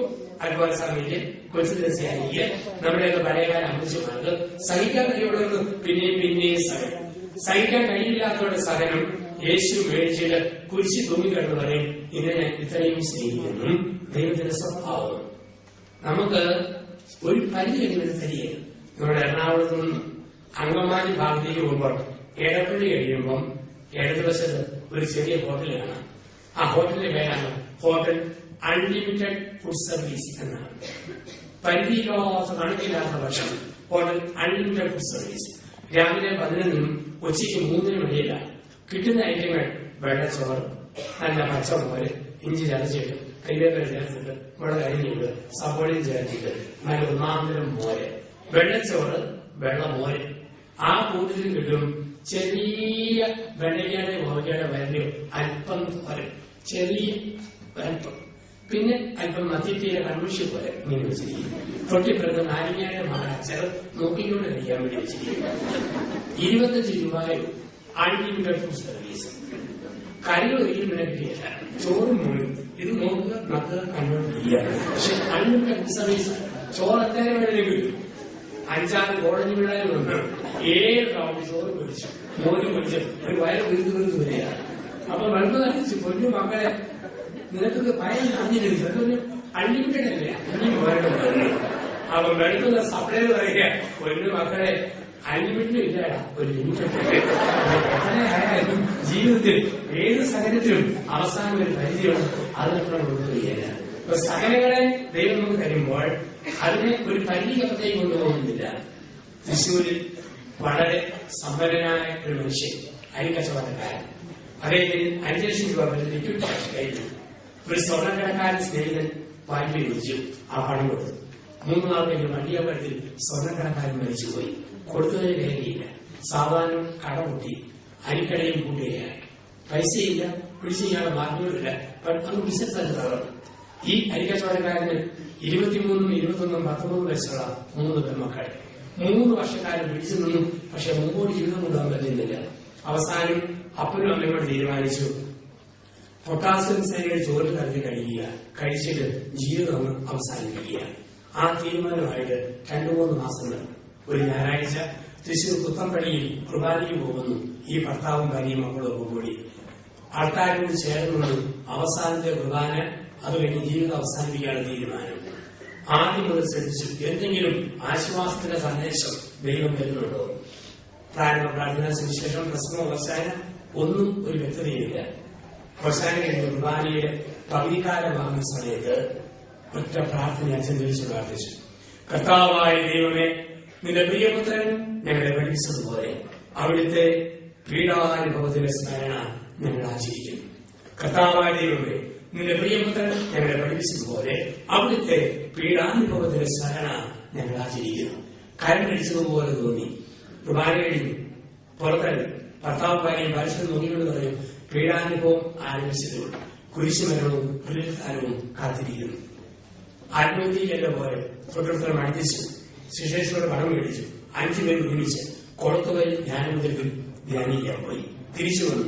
ഇന്ന് കോട്ടയിലും ജെറുസലേം ജ്ഞാനമന്ദിരത്തിലും കൊളത്തുകയിലും ഒക്കെ ആയിട്ട് ജീവിതത്തെ സാക്ഷ്യപ്പെടുത്തുന്നു, അനേകരെ സഹായിക്കുന്നു. ചെറിയ തട്ടുകട ആരംഭിച്ചു, ചെറിയ ബിസിനസ് ആരംഭിച്ചു. 3 മക്കളെയും കെട്ടിച്ചുവിട്ടു. ഇന്ന് മെച്ചപ്പെട്ട ഒരു ക്രൈസ്തവ ജീവിതത്തിലെ സാക്ഷികളായി ജീവിക്കുന്നു. ശക്തിപ്പെടുത്തിയ ഒറ്റ വചനം, കുർബാനയിലെ വചനം, അവിടുത്തെ പീഡാനുഭവത്തിന്റെ സ്മരണ ഞങ്ങൾ ആചരിക്കുന്നു. ദൈവം നമുക്ക് സകലങ്ങളും വേദനകളും തരുമ്പോൾ നമ്മളിതിനെ എങ്ങനെ നോക്കിക്കാണുമെന്ന് ഇന്ന് ഒരാത്മശോധനയിലൂടെ നമ്മൾ കടന്നു പോകുന്നു. ബൈബിൾ പറയുന്നു, ദൈവം നമുക്ക് സഹനം തരുന്നത് 5 ലക്ഷ്യങ്ങൾ വെച്ചുകൊണ്ടാണ്. ഭൂമിയിൽ സഹനങ്ങൾ 5 ലക്ഷ്യങ്ങളോടുകൂടി തരിക. 1, ഉപരി നന്മയ്ക്ക് വേണ്ടി ദൈവം നമുക്ക് സഹനം തരും. വചനം യോഹന്നാൻ 12:24. അവിടെ പറയുകയാണ്, ഗോതമ്പ് മണി നിലത്ത് വീണ് അടിയുന്നില്ലെങ്കിൽ അത് ഫലം പുറപ്പെടുകയില്ല. നിലത്ത് വീണ് അടിയാലോ 100 മേനി കൊയ്ത്തുത്സവം നമുക്കായിട്ട് തരുന്നു. കൂടുതൽ ഫലം പുറപ്പെടുവിക്കുവാൻ ദൈവം നമുക്ക് സഹനം തരുന്നു. ഇതൊരു വലിയ സത്യമാണ്. നമ്മൾ കാണുന്നു ജീവിതത്തില് കൂടുതൽ ഫലം ഒന്ന് ഉപരി നന്മയ്ക്ക് വേണ്ടി ദൈവം നമുക്ക് സഹനം തരുന്നു. ഗോതമ്പ് മണി നിലത്ത് വീണ് അടിയുമ്പോഴാണ് ഗോതമ്പ് ചെടിയെന്ന ഉപരി നന്മ. പ്രസവവേദന എന്ന സഹനം കഴിയുമ്പോഴാണ് കുഞ്ഞിന്റെ ചിരിക്കുന്ന മുഖമെന്ന ഉപരി നന്മ. പരീക്ഷയുടെ സഹനം കഴിയുമ്പോഴാണ് ഫസ്റ്റ് ക്ലാസ് എന്ന ഉപരി നന്മ. മത്സരത്തിലെ സഹനം കഴിയുമ്പോഴാണ് ഒളിമ്പിക്സ് മെഡൽ എന്നുള്ള ഉപരി നന്മ. ഒരു സഹനം കഴിയുമ്പോൾ ഒരു വലിയ നന്മ ദൈവം നമുക്കായി തരും. ചെറിയ ചെറിയ സഹനം കഴിയുമ്പോൾ ചെറിയ ചെറിയ നന്മ, വലിയ വലിയ സഹനം കഴിയുമ്പോൾ വലിയ വലിയ നന്മ. 7ാം ക്ലാസ് പാസ്സായാൽ 8ലേക്ക് കടക്കുകയുള്ളൂ. +2 പാസ്സായാൽ പഠിക്കാൻ പ്രയാസമാണ്, പരീക്ഷ കഴിയുമ്പോൾ ലഭിക്കുന്നത് പ്രൊഫഷണൽ കോഴ്സാണ്. ജീവിതത്തിൽ ചെറിയ സഹനം കഴിയുമ്പോൾ ചെറിയ നന്മ, വലിയ സഹനം കഴിയുമ്പോൾ വലിയ നന്മ ദൈവം നമുക്കായി തരുന്നു. ചെറുപ്പബന്ധമായ സഹനങ്ങൾ. ഓരോ സഹനവും വരുമ്പം നിരാശപ്പെടരുത്. അതിന് ദൈവം ഒരു ഉപരി നന്മ നമുക്കായി കരുതി വെച്ചിരിക്കുന്നു. ഈ ഉറപ്പ് നമുക്കുണ്ടാകും. 1, ഉപരി നന്മയ്ക്ക് വേണ്ടി ദൈവം നമുക്ക് സഹനം തരും. മക്കളെ കൊണ്ട് ഒരുപാട് സഹിച്ചവർക്ക് ആ മക്കളെ കൊണ്ട് പിന്നീട് ഒരു വലിയ നന്മ ദൈവം കൊടുക്കുന്നത് കണ്ടിട്ടുണ്ട്. 2, ദൈവം നമുക്ക് സഹനം തരുന്നത് ദൈവത്തെ കാണാൻ വേണ്ടിയാണ്. ദൈവം നമുക്ക് സഹനം തരുന്നത് ദൈവത്തെ കാണാൻ വേണ്ടിയാണ്. അപ്പസ്തോല പ്രവൃത്തികൾ 9-ാം അധ്യായം. 2 കണ്ണും തുറന്നിരുന്നപ്പോൾ സാവൂൾ ദൈവത്തെ കണ്ടില്ല. പക്ഷെ 2 കണ്ണുകളിലും അന്ധത ബാധിച്ചപ്പോൾ സാവൂൾ ദൈവത്തെ കണ്ടു. കടുകുടിയനായ മനുഷ്യനെ ഉപദേശിപ്പിക്കാൻ വേണ്ടി ഭാര്യ എന്നെ കൊണ്ടുവരും. അദ്ദേഹം പറഞ്ഞു, അച്ഛാ, ഇതൊക്കെ ജീവിതത്തിന്റെ അവകാശമാണ്. അല്പം സുഖിക്കാതെ ജീവിക്കുന്ന കാര്യം എന്നോട് ഒത്തിരി തർക്കിച്ചു. പിന്നെ ഞാൻ ആ മനുഷ്യനെ കാണുന്നത് അന്തിമവാസം എടുക്കാൻ വേണ്ടി ലക്ഷോർക്കും സ്ഥിതി ചെല്ലുമ്പോഴാണ്. ഞാൻ ചെല്ലുമ്പോൾ ഈ മനുഷ്യൻ പാറപ്പാടെ തളർന്ന് വിളപ്പെടും. ഞാൻ ചോദിച്ചു, ജീവിതത്തിൽ ഒന്നുമായി വീഴ്ചകൾ കണ്ടിയാൻ പറഞ്ഞതിന് ശവത്തെ കുറിച്ചൊരു കാര്യമില്ലല്ലോ. അടുത്തെങ്കിലും പണ്ടെന്ന് വെച്ചാൽ ഈ ലോകവും തളർച്ചയുമാണ് ദിവ്യ ധ്യാനത്തിൽ പോകാനും പ്രാർത്ഥിക്കാനും എന്നെ തമ്പുരാനെ കാണാനും എനിക്ക് അവസരമൊരുക്കി തന്നത്. സഹനങ്ങൾ ദൈവത്തെ കാണാനുള്ള അവസരങ്ങൾ. ഉദാഹരണത്തിന്, വീട്ടിൽ ഒരാൾക്ക് മാരമായ രോഗം വരുമ്പോൾ എല്ലാവരും ഒരുമിച്ച് കൂടി തമ്പുരാനെ വിളിക്കും. മോനോ മോക്കോ ഒരു പിഴവ് വരുമ്പോൾ അപ്പനൊന്ന് അല്പം കൂടി അടുത്ത് ഒന്നിച്ച് ദൈവത്തെ വിളിക്കും. സഹനങ്ങൾ ദൈവം നമുക്ക് തരുന്നത് ദൈവത്തെ കാണാനാണ്. ലോകത്ത് എവിടെയില്ലാത്ത തീഷ്ണത ഗൾഫിലുണ്ട്. ഗൾഫിൽ ഏറ്റവും കൂടുതൽ തീഷ്ണത വിശ്വാസത്തിൽ സൗദി അറേബ്യയെ കാണാം. കാരണം സഹനങ്ങളും ടെൻഷനും, നാളെ കുറിച്ച് ഉറപ്പില്ല, ജോലിക്കൊരു ഭദ്രതയില്ല, എന്ത് സംഭവിക്കുന്ന അറിയത്തില്ല, മുറുകെ പിടിക്കാൻ ദൈവം മാത്രം. പക്ഷെ യൂറോപ്പിൽ ചെന്നാൽ ഈ തീഷ്ണതയില്ല. അമേരിക്കയിൽ ചെന്നാൽ നമുക്ക് അമേരിക്ക നമുക്കറിയാം ഒത്തിരി മെച്ചമാണ്. പക്ഷെ യൂറോപ്പിനെ സംബന്ധിച്ചിടത്തോളം ഈ തീഷ്ണത കുറവാണ്. കാരണം ഒന്നിനെ കുറിച്ച് ആഗ്രഹപ്പെടേണ്ട ഭൗതികമായൊക്കെ ഉണ്ട്, അതിനെ ആശ്രയിച്ചു പോകുന്നു. ദൈവവിശ്വാസം സഹനം നമുക്ക് തരുന്നത് ദൈവത്തെ കാണാൻ വേണ്ടിയിട്ടാണ്. പുറത്ത് നോക്കിയ പള്ളി നോക്കിയാണെങ്കിൽ ചിലപ്പോൾ നാട്ടിലൊക്കെ പള്ളി പോലും കയറാത്തവൻ ഗൾഫിൽ വരുമ്പോൾ അൾത്താരക്കാരനാണ് എല്ലാം വരച്ച് എന്ത് ആവശ്യത്തോടെയാണ് പള്ളിയോടും പട്ടക്കാരോടും ചേർന്നിരിക്കുന്നവരെ കണ്ടിട്ടുണ്ട്. എന്നൊരു തീക്ഷണയാണ്. അപ്പം ഇതാണ് ജീവിതം നമുക്കറിയാം. സഹനം ദൈവത്തെ കാണാനുള്ള അവസരമായി ദൈവം നമുക്ക് ക്രമീകരിക്കും. ഒന്ന്, ഉപരിനന്മയ്ക്ക് വേണ്ടി. രണ്ട്, ദൈവത്തെ കാണാൻ. മൂന്ന്, സഹനം ദൈവം നമുക്ക് അനുവദിക്കുന്നത് കൂടുതൽ ഫലം പുറപ്പെടുവിക്കാൻ വേണ്ടിയിട്ടാണ്. ആരാണ് കൂടുതൽ ശ്രമിക്കുക അവർ കൂടുതൽ ഫലം പുറപ്പെടുവിക്കും. യോഹന്നാന്റെ സുവിശേഷം 15-ാം അധ്യായത്തിൽ നമ്മൾ ഇങ്ങനെ വായിക്കുന്നു: ഫലം തരാത്ത മുന്തിരിയെ വെട്ടി ഞാൻ തീയിടുകയും ഫലം തരുന്നതിനെ കൂടുതൽ കായ്ക്കുവാനായി വെട്ടിയൊരുക്കും. ഫലം തരുന്നതിനെ കൂടുതൽ കായ്ക്കുവാനായി ഞാൻ വെട്ടിയൊരുക്കും. ഫലം തരാത്തതിനെ വെട്ടി തീയിടുകയും ഫലം തരുന്നതിനെ കൂടുതൽ കായ്ക്കുവാനായി ഞാൻ വെട്ടിയൊരുക്കുന്നു. ഞങ്ങളെയൊക്കെ കൂടുതൽ സഹായിക്കുന്നു കപ്പിൽ സഭയെ. പാവപ്പെട്ട കുടുംബത്തിൽ നിന്ന് വളർന്നു വന്നവരാ. വലിയ സമ്പന്നേക്കാൾ ഉപരിയായിട്ട് മറ്റുള്ളവരെ പഠിപ്പിക്കാൻ സഹായിക്കുന്നത് കഷ്ടപ്പെട്ട് പഠിച്ച് ജോലി കിട്ടിയവരാണ്. കൂടുതൽ സഹിക്കുന്നവർ കൂടുതൽ പരമ്പര പഠിക്കും. 2, 3, 1, 2 ലോകമഹായുദ്ധങ്ങളിൽ പങ്കെടുത്ത തകർന്ന ജർമ്മൻ ജനതയാണ് ലോകത്തെ ഏറ്റവും കൂടുതൽ സഹായിച്ചത്. 2ാം ലോകമഹായുദ്ധം കഴിഞ്ഞ് കാപ്പിയും ചായയും ഇല്ലാഞ്ഞിട്ട് മെയ്സും ഗോതമ്പും വറുത്ത് കഴിച്ചു കുടിച്ച് ആ പൊടിയിട്ട് വെള്ളമെടുക്കി കാപ്പിക്കും ചായയ്ക്കും പകരം കുടിച്ച ജർമ്മൻ ജനത മിസിയോ പ്രസ്ഥാനത്തിലൂടെ ലോകത്തിലെ ജനങ്ങളെ സഹായിച്ചു. കൂടുതൽ സഹിക്കുന്നവരെ കൂടുതൽ സഹായിക്കുന്നു, കൂടുതൽ പരമ്പര പിടിക്കുന്നു. ഒന്ന്, ഉപരിനന്മയ്ക്ക് വേണ്ടി ദൈവം സഹനം തരും. 2, ദൈവത്തെ കാണാനുള്ള വഴിയായിട്ട് സഹനം തരും. 3, കൂടുതൽ പരമ്പര പിടിക്കുവാൻ ദൈവം നമുക്ക് സഹനം തരും. 4, കൂടുതൽ മനക്കെട്ടിയുള്ളവരാകാൻ ദൈവം നമുക്ക് സഹനം തരും. നിയമാവർത്തനം 32-ാം അധ്യായം 10 മുതലുള്ള വാക്യങ്ങൾ. ദ ബുക്ക് ഓഫ് ഡിയൂട്രോണമി, നിയമാവർത്തന പുസ്തകം 32-ാം അധ്യായം 10 മുതലുള്ള വാക്യങ്ങളിൽ നമ്മൾ ഇങ്ങനെ വായിക്കുന്നു: തള്ളക്കഴുകൻ അതിന്റെ കുഞ്ഞിനെ പറക്കാൻ പഠിപ്പിക്കുന്നത് പോലെ ഞാൻ നിന്നെ പരിപാലിക്കും. കുഞ്ഞിനെ കൊത്തി ഉയരുകയും താഴത്തേക്ക് കുടയുകയും ചെറിയ കുഞ്ഞിനെ വഹിക്കുകയും ചെയ്യുന്ന അമ്മക്കഴുകനെ പോലെ ഞാൻ നിന്നെ പരിപാലിക്കും. കഴുകനെ കുറിച്ച് അല്പം ഒന്ന് അറിഞ്ഞാൽ ഇതിന്റെ പശ്ചാത്തലം മനസ്സിലാവും. തള്ളക്കഴുകൻ മുട്ടയിടുന്നത് പർവ്വതത്തിന് മുകളിലും വൃക്ഷത്തിന്റെ ഉന്നത ശിഖരത്തിലുമാണ്. അങ്ങനെ മുട്ടയിടുമ്പോൾ മുള്ളുകൊണ്ട് ഒരു കൂടുണ്ടാകും. കൂടിനകത്ത് പഞ്ഞി, പുല്ല്, തുണി ഒക്കെ വിതറി വെക്കും. 12 ദിവസം അടയിരിക്കുമ്പോൾ കുഞ്ഞുകഴുകൻ തോട് കുത്തിപ്പൊട്ടിച്ച് സാവധാനം പുറത്തേക്ക് വരും. പുറത്തേക്ക് വരുമ്പോൾ തള്ളക്കഴുകൻ പറന്നു നടന്നു ഭൂമിയിൽ കിട്ടാവുന്ന പോഷകാംശമുള്ള ഭക്ഷണം മുഴുവൻ ശേഖരിച്ച് ചവച്ചരിച്ച് ജ്യൂസ് പോലാക്കി കുഞ്ഞിന്റെ ചൂട് അമ്മയുടെ വായിൽ കയറ്റി വെച്ചിട്ട് ഓസിലൂടെ വെള്ളം വിടുന്ന പോലെ ഭക്ഷണം കുഞ്ഞിലേക്ക് പകർന്നു കൊടുക്കും. 40 ദിവസമാകുമ്പോൾ മേല് മുഴുക്കും, ദേഹം ഒഴുകും, പപ്പു മുളയ്ക്കും, ചേർന്ന് ഉടയ്ക്കും. പക്ഷെ കുഞ്ഞിന് പറക്കാൻ മടി. ദേഹത്തിന്റെ ഭാരം കൂടുമ്പോൾ പുറത്തെ മുള്ള് ആദ്യം കുത്തിക്കയറും. രക്ഷയില്ലാത്ത കുഞ്ഞ് കൂടിന്റെ വക്കത്തൊന്നിരിക്കും. അങ്ങനെ ഇരിക്കുമ്പോൾ തള്ളക്കഴുകൻ ഇരുമ്പ് പോലെ ബലമുള്ള ചുണ്ടുകൊണ്ട് കുഞ്ഞെഴുകനെ കൊത്തിയെടുത്ത് ആകാശത്തിന്റെ അനന്തത്തിലേക്ക് പറന്നു തരും. അങ്ങ് മോടി ചെന്നിട്ട് ഒറ്റ കുഴച്ചിട്ട് തലയിൽ കുത്തി വീഴുന്ന കുഞ്ഞുകഴുകനെ ഓർക്കും. വളർത്തിയിട്ട് കൊല്ലുകയെന്ന് കാരണന്മാര് പറഞ്ഞു കേട്ടിട്ടേ ഉള്ളൂ. ആ പണി തന്നെ ഈ പണിയിലും പറഞ്ഞു. തലയിൽ കുത്തി വീഴുമ്പോൾ കുഞ്ഞുകഴുകന്റെ 10 അടി വേഗത്തിൽ തള്ളക്കഴുകൻ താഴത്തേക്ക് ഓടിയിട്ട് പറന്നിടും. വിസിരി പോലെ വിശാലമായ ചിലവ് മുറം പോലെ വിരിച്ചു പിടിക്കും. തലയിൽ കുത്തി വീഴുന്ന കുഞ്ഞുകഴുകൻ അമ്മയുടെ ചിറകേടാവുന്ന വീഴുക. 8 പ്രാവശ്യത്തെ ട്രെയിനിങ് കഴിയുമ്പോൾ അമ്മയ്ക്കൊപ്പമോ അമ്മയേക്കാൾ വേഗത്തിലോ കുഞ്ഞുകഴുകൻ വായിൽ പറക്കാനും പതയ്ക്കാനും പഠിക്കും. ഇങ്ങനെ തള്ളക്കഴുകൻ അതിന് കുഞ്ഞിനെ പറക്കാൻ പഠിപ്പിക്കുകയാണ്. നല്ല ചിറകിനെ കട്ടിക്കിട്ടുന്നത് സഹനത്തിലൂടെയാണ്. ദൈവം നമുക്ക് വിജയം, തോൽവി, സങ്കടം, സന്തോഷം, ധൈര്യം, തകർച്ച, സമ്പത്ത്, ദാരിദ്ര്യം കടലിലൂടെ കൊണ്ടുപോകും. എന്നതിനു വേണ്ടിയാ കൂടുതൽ മനഃശക്തിയുള്ളവരായി നമ്മളെ മാറ്റാൻ വേണ്ടി. കൂടുതൽ പ്രതിരോധ ശക്തിയാക്കാൻ മലമൂട്ടിൽ വളർന്ന കർഷകരുടെ മക്കൾക്കാണ് സിറ്റിയിൽ വളർന്നതിനേക്കാൾ കൂടുതൽ തൊലിക്കെട്ടി, മനക്കെട്ടി, എല്ലുംകെട്ടി ഒക്കെ കിട്ടുക.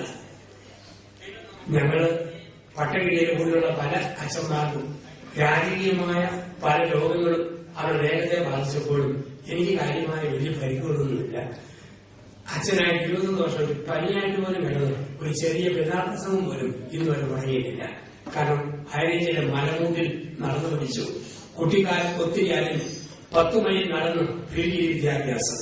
അങ്ങനെ നടന്ന് എല്ലും കെട്ടി, തൊലിക്കെട്ടി, മനക്കെട്ടി ഇതെല്ലാം കൂടുതലായി ലഭിക്കുന്നു. ആർക്കാണ് ഏഷ്യാഡും കോമൺവെൽത്തും സാർവേസും വരുമ്പോൾ സ്വർണ്ണ മെഡൽ കിട്ടുക? ഞങ്ങളുടെയൊക്കെ മലമൂട്ടിലെ പ്രീരാസ്മീതൻ, ബീനാമോൻ, ബിജുമോൻ, മലബാർ പരിപാടിയിലെ MD നരസിംഹ, PT ഉഷ, ഷൈനി, മലമൂട്ടിൽ ഓടിച്ചാടി പഠിച്ചവർക്ക് എല്ലും കെട്ടി, തൊലിക്കെട്ടി, മനക്കെട്ടി സ്വർണ്ണ മെഡൽ അവർക്ക് തന്നെ. സിറ്റിയിൽ നല്ല മുതലാളി പെണ്ണുങ്ങളുണ്ട്. കണ്ടാലോ കുതിർന്ന മോഡലുകളുടെ പോലെ ആയിരിക്കുന്നത്. പക്ഷെ കുനിഞ്ഞിട്ട് സ്വർണ്ണ മെഡൽ പോയിട്ട് തെങ്ങിന്റെ കവർ മെഡൽ കൊടുക്കാൻ പോലും പറ്റിയില്ല. അണത്ര ഗ്രഹത്തിലെ ശ്വാസമുണ്ട്. ഈയിടെ കുറെ ചേട്ടന്മാര് ഒരുമിച്ച് ചോദിച്ചു, എന്തുകൊണ്ടാ മലയാളി പെണ്ണുങ്ങൾ തന്നെ സ്വർണ്ണ മെഡൽ? ഒരു ചേട്ടൻ പറഞ്ഞു, മലയാളി പെണ്ണല്ലേ സ്വർണ്ണമെന്ന് കേട്ടോ, മരണമുണ്ടാകുന്ന ഒറ്റ ഞങ്ങൾ വായി നോക്കുന്നു. അപ്പൊ കൂടുതൽ മനക്കെട്ടുള്ളവരാക്കാൻ ദൈവം നമുക്ക് സഹനം തരുന്നു. എന്തിനു വേണ്ടി സഹനം ചോദിച്ചാൽ പകരം സഹനം. യേശയ്യ 51 മുതൽ 56 വരെയുള്ള കാര്യങ്ങൾ. അവൻ വഹിച്ചത് നമ്മുടെ രോഗങ്ങളായിരുന്നു, അവൻ ചുമന്നത് നമ്മുടെ പാപങ്ങളായിരുന്നു. രോഗകത്തിലെ കുഞ്ഞാണിനെ പോലെ അവൻ ശാന്തനായിരുന്നു.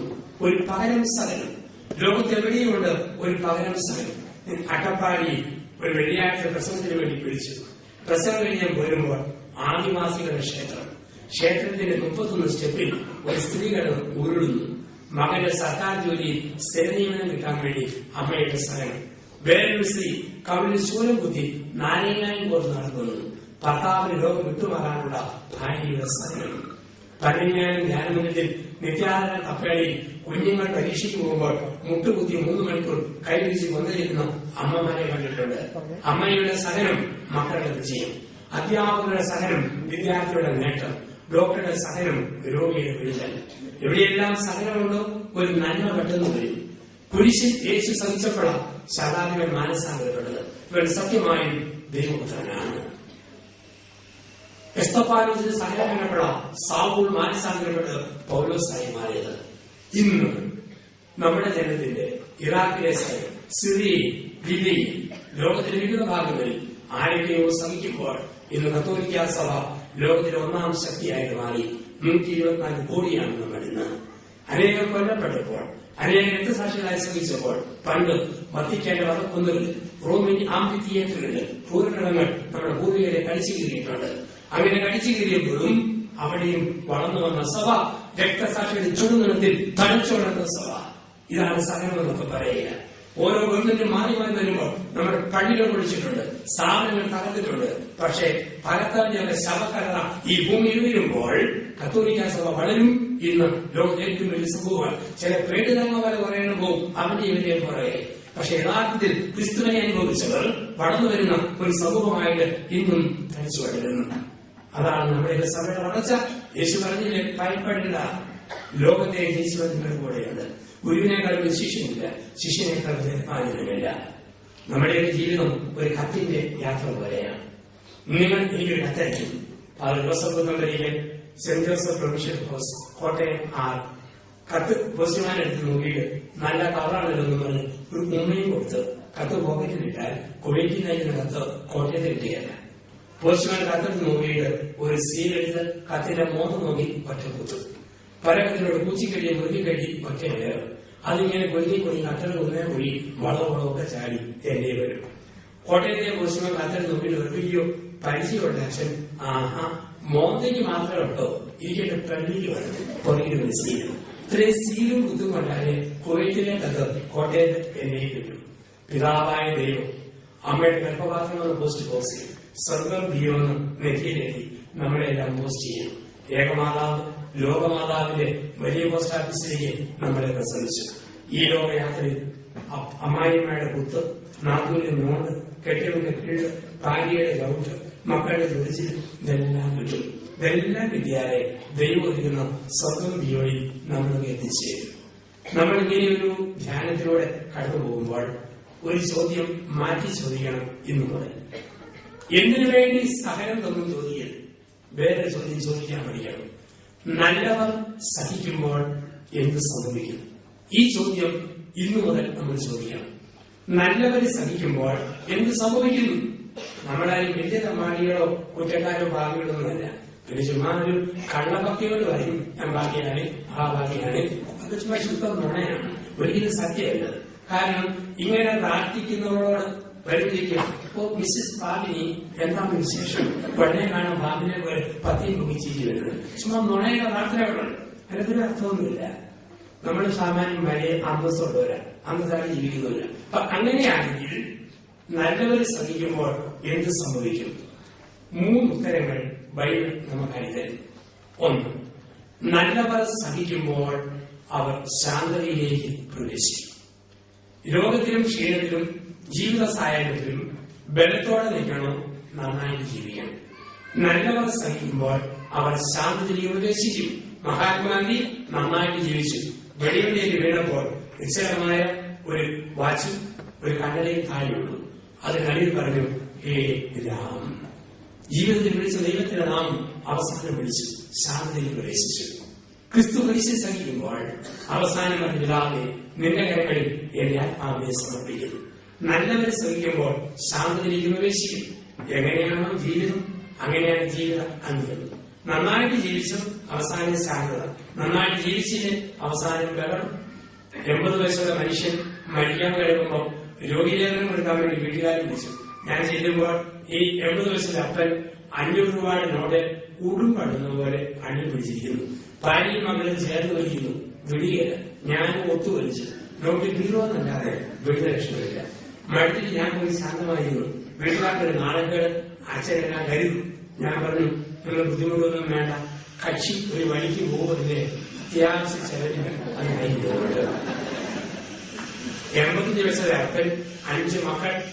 എന്ത് ചെയ്താൽ ഈ അപ്പൻ മക്കൾക്ക് വീതം വെച്ച് കൊടുക്കുക? പള്ളിയും പട്ടക്കാരും നിർബന്ധിച്ചപ്പം വീതം പറയാൻ സമ്മതിച്ചു. ഒരു വെള്ളക്കടലാസും പേരായും കൊണ്ടുവന്ന് കൊടുത്തു. കൈകൊണ്ട് കുത്തിപ്പിടിച്ച് എന്തൊക്കെ കുത്തിപ്പിടിച്ചു. പ്രാർത്ഥനയ്ക്ക് മുന്നിൽ കെട്ടി, പത്രക്കടലാസിൽ പൊതിഞ്ഞു കെട്ടി, കാശിക്കൂടിൽ വലിഞ്ഞു കെട്ടി. ഇത്രയും പിടിച്ചിട്ട് വികാരിച്ചിന്റെ വീട്ടിൽ പറഞ്ഞു, അവസാന ആഗ്രഹം എഴുതിയിട്ടുണ്ട്, ഞാൻ മരിക്കാതെ പറഞ്ഞിട്ട് അവസാന ആഗ്രഹം എഴുതി. പള്ളിയിൽ അനുമാനി കൊണ്ട് പൂജ വെച്ചു. 1 മാസം കഴിഞ്ഞ് അപ്പം മരിച്ചു. 5 മക്കളുടെ അപ്പനെ ആഘോഷമായി അടക്കി മുഴുത്ത കനമുള്ള മാർബിൾ സ്രാവ് കള്ളയുടെ മുറിക്കേറ്റി വെച്ചു. അവർ പോകുന്ന വഴി പറഞ്ഞു, പൊന്നപ്പ നല്ല കനമുണ്ട്, ഇതും പൊക്കിട്ട് പോകുന്നത് നേരെ പള്ളിയിലേക്ക്. വികാരിച്ചോട് ആവശ്യപ്പെട്ടു. അവസാന ആഗ്രഹം എഴുതി കടലാസ് വെളുത്തി വായിക്കാൻ. അത് വെളുത്തി വായിച്ചപ്പോൾ വികാരിച്ചന്റെയും 5 മക്കളെയും കണ്ണു തള്ളിപ്പോയി. ഒരു സെന്റൻസ് എഴുതിയിട്ടുള്ളൂ. പിന്നെ കുറേയും പോവും കാര്യം വരച്ചു വെച്ചിരിക്കുന്നു. എന്താ എഴുതിയത്? മക്കളുടെ കാലശേഷം സ്വത്ത് അപ്പൻ എന്നോർത്ത്. അപ്പൊ എങ്ങനെയാണ് ജീവിതം? അങ്ങനെയാണ് ജീവിതം അന്യെന്ന് പറയുക. അപ്പം നന്നായി ജീവിക്കുമ്പോൾ അവർ ശാന്തതയിലേക്ക് പ്രവേശിക്കുന്നു. ഞാൻ ബെത്തങ്ങാടി ഒരു പള്ളിയിൽ ധ്യാനിക്കുന്നു.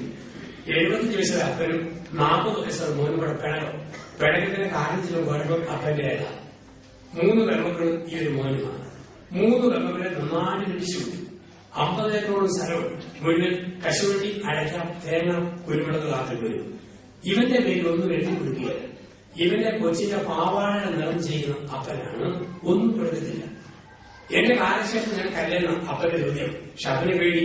ഇന്നത്തെ കാലമല്ലേ, ഈ ഇനി പെൺപിള്ളാൻ ഡിമാൻഡ് ചെയ്താലും അവസാനം രാഷ്ട്രീയക്കാരും പള്ളിക്കാരും നിർബന്ധിച്ചപ്പോൾ അപ്പൻ വീതം വെച്ച് കൊടുത്തു. ഇങ്ങനെ എഴുതി, മേലാദായം മുഴുവൻ അപ്പന്, കീഴാദായം മുഴുവൻ മോന്.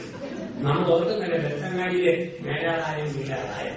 കർണാടകത്തിൽ കയറി ചെല്ലുമ്പോൾ മേലാദായം മുകളിൽ ഉണ്ടാകുന്ന മുഴുവൻ മേലാദായം. കശുവണ്ടി, അടയ്ക്ക, തേങ്ങ, കുരുമുളക്, കാപ്പി.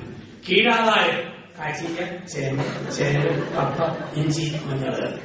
പലരും കശുവണ്ടിയും അടയ്ക്കാനും ഒക്കെയാണ്. എവിടെ കീഴാദായം? മോൻ പേര് വന്ന് വെള്ളം കുടിക്കണം. അവ പേര് തന്നെ. കശുമാങ്ങാട് സീസണായി. മാങ്ങ പഴുത് അണ്ടി മൂത്തപ്പോ അവൻ അണ്ടി മുതൽ ഒരു എഴുത്തിൽ പറഞ്ഞു, അണ്ടി കീഴാദായം എനിക്ക്, മാങ്ങ മേലാദായം. അപ്പൊ നമ്മൾ എങ്ങനെ ജീവിക്കുന്നു അങ്ങനെ ആ ജീവിതത്തിന് അന്ത്യം എന്നൊക്കെ പറയുക. നന്നായിട്ട് ജീവിക്കുന്നത് നല്ല ജീവിതം അന്ത്യം. ഒരമ്മച്ചി വീട്ടിൽ എന്നും രാവിലെ എഴുതും പള്ളിയിൽ പോവുകയാണ്. ഉരുളക്കിഴങ്ങ് ചാറും അപ്പവും ഉണ്ടാകും. ഉച്ചയ്ക്ക് ഉരുളക്കിഴങ്ങ് തോരനും ചോറും. വൈകിട്ട് ഉരുളക്കിഴങ്ങ് മുട്ടയും കൂടെ ചേർത്ത് മുട്ടയും കഞ്ഞി. ഈ ഉരുളക്കിഴങ്ങാണ് അമ്മച്ചിയുടെ ജീവിതം. അങ്ങനെ അവസാനം അമ്മ മാരമായ രോഗം പിടിച്ച് മരിക്കാൻ കിടന്നു. ഭർത്താവും മക്കളൊക്കെ ചുറ്റും നിൽക്കുന്നു. അമ്മച്ചി ഇങ്ങനെ മരിക്കാൻ കിടന്നു. അതിനിടെ ദൈവമേന്ന് പറഞ്ഞ് അങ്ങ് പൊങ്ങി. ഭർത്താവ് മക്കൾ ഓർത്തു, നിന്റെ കാര്യങ്ങളിൽ ആത്മാവിനെ സമർപ്പിക്കണം. ഇപ്പം പൊങ്ങി വന്ന അമ്മ മൂക്ക് പെടുത്തി, ദൈവമേ ഉരുളക്കിഴങ്ങ് കഴിയുന്ന മരണം തിരിച്ചങ്ങോട്ട് കിടന്നു. എങ്ങനെയാണ് ജീവിതം? അങ്ങനെയാണ് ജീവിതത്തിന്റെ അന്ത്യം. നല്ലവർ സഹിക്കുമ്പോൾ അവർ ശാന്തതയിലേക്ക് പ്രവേശിക്കും. ഞാൻ ഒരു അമ്മച്ചിക്ക് രോഗീകരണം കൊണ്ട് കുർബാന കൊടുക്കാൻ വേണ്ടി മോഹം വിളിച്ചു. വളരെ ദരിദ്ര കുടുംബം. പ്രാർത്ഥിക്കുമ്പോൾ ഈ മോഹം പറഞ്ഞു, അച്ഛാ എന്റെ അമ്മയോട് ചോദിച്ച് അവസാനം എന്റെ അമ്മയ്ക്ക് എന്നതാ പറയാനുള്ളത് അച്ഛനൊന്ന് ചോദിക്കും. അപ്പൊ നമുക്കറിയാം ഓരോരുത്തർക്കും അവസാനം പലതും പറയാനുള്ള കാലമാണ്. 90 വയസ്സുള്ള അമ്മച്ചിക്ക് അന്തിമദാശ കൊണ്ട് അച്ഛൻ ചോദിച്ച അമ്മച്ചിക്ക് അവസാനം എന്തെങ്കിലും ആഗ്രഹമുണ്ടോ? അമ്മച്ചി പറഞ്ഞു, അച്ഛാ ഒരാഗ്രഹം കൊണ്ട് ബാക്കിയുണ്ട്. എന്നെ അമ്മച്ചി ചോദിച്ചു, ഈ ലോകാവസാനം എങ്ങനെയാണ് ഒന്ന് കണ്ടേച്ച് മനുഷ്യ 90 വയസ്സോടെ അമ്മയുടെ ആഗ്രഹം. ഇവിടെ മോൻ പറഞ്ഞു, അമ്മച്ചിക്ക് എനിക്ക് അവസാനം പറയാനുണ്ടോ? അമ്മച്ചി പറഞ്ഞു, അച്ഛാ തമ്പുരാൻ നല്ലവനാണ്. കുടിയേറെ കാലത്ത് കാട്ടാരുടെ കുത്തേറ്റ് ഭർത്താവ് മരിച്ചു. ഒരു മകൻ വസൂരിയായിട്ട് മരിച്ചു. ആദ്യത്തെ വീട് കാട്ടുതീയിൽ ചാരം പോലെ മറന്നുപോയി. ആകെയുള്ളത് മൂടിവിട്ട റൈവളും മുഷിഞ്ഞൊരു മകയും പൊട്ടിത്തെറിയ ബിൽഡിങ്ങും ഒരു കുരിശിരൂപവും. അതിൽ മുൻപിൽ അമ്മ പറയുന്നു, തമ്പുരാൻ നല്ലവനാണ്. നല്ലവർ സഹിക്കുമ്പോൾ അവർ ശാന്തതയിലേക്ക് പ്രവേശിക്കും. നന്നായിട്ട് ജീവിക്കുക സഹനത്തിൽ ഒരു ശാന്തത നമ്മൾ അനുഭവിക്കും. 2, നല്ലവർ സഹിക്കുമ്പോൾ അവർ മറ്റുള്ളവരിലേക്ക് തിരിയുന്നു. നല്ലവർ സഹിക്കുമ്പോൾ അവർ മറ്റുള്ളവരിലേക്ക് തിരിയുന്നു. അനേകർ യേശുവിനെ ആശ്വസിച്ചപ്പോൾ യേശു സ്വന്തം സഹനത്തെ മറന്നു പറഞ്ഞു, ജെറുസലേം പുത്രിമാരെ നിങ്ങളെയും നിങ്ങളുടെ മക്കളെയും ഓർത്ത കാര്യമുള്ളത്. എന്റെ സഹനം ഞാൻ സഹിച്ചോളാം. ജെറുസലേം പുത്രിമാരെ നിങ്ങളെയും നിങ്ങളുടെ മക്കളെയും ഓർത്ത് കാര്യമില്ല. തിരുവല്ല പുഷ്പഗിരിയിൽ BSc നേഴ്സിംഗ് ഞാൻ ധ്യാനം ചെയ്യുന്ന സമയം കോഴിച്ചേരിക്കാരനായ മർത്തോമാസഭക്കാരൻ 60 വയസ്സ് പ്രായമുള്ള ഒരു കുടുംബനാഥം എന്ന് പറഞ്ഞു, അച്ഛൻ ആശുപത്രി വേണം. 303 DLX റൂമില് 90 വയസ്സുള്ള എന്റെ അപ്പൻ ക്യാൻസറായിട്ട് മരിക്കാൻ കഴിഞ്ഞു. അച്ഛൻ അടുക്ക വന്നു അല്പസമയം പ്രാർത്ഥിക്കാം. തിരുവല്ല പിതാവ് വന്നു പിതാവും ആശുപത്രി വന്നിട്ടുണ്ട്. കുറെ ഞാൻ ഒരുമിച്ചിരുന്നു. അല്പസമയം പ്രാർത്ഥിച്ചു കഴിഞ്ഞപ്പോൾ ഈ 90 വയസ്സുള്ള അപ്പന്റെ തൊണ്ടയിലാണ് ക്യാൻസർ. കുറുകുപോയി സംസാരിക്കാം. ഈ മനുഷ്യൻ കരയാൻ പറയും, കണ്ണിങ്ങനെ വരും. ഞാൻ ചോദിച്ചാൽ ഒരുപാട് വേദനയുണ്ടല്ലേ? ഇപ്പം പറഞ്ഞാൽ സുഖമാണെന്ന് ചോദിച്ചാൽ സുഖമല്ല, പക്ഷെ സന്തോഷമുണ്ട്. സുഖമല്ല, പക്ഷെ സന്തോഷമുണ്ട് എന്ന് പറഞ്ഞു.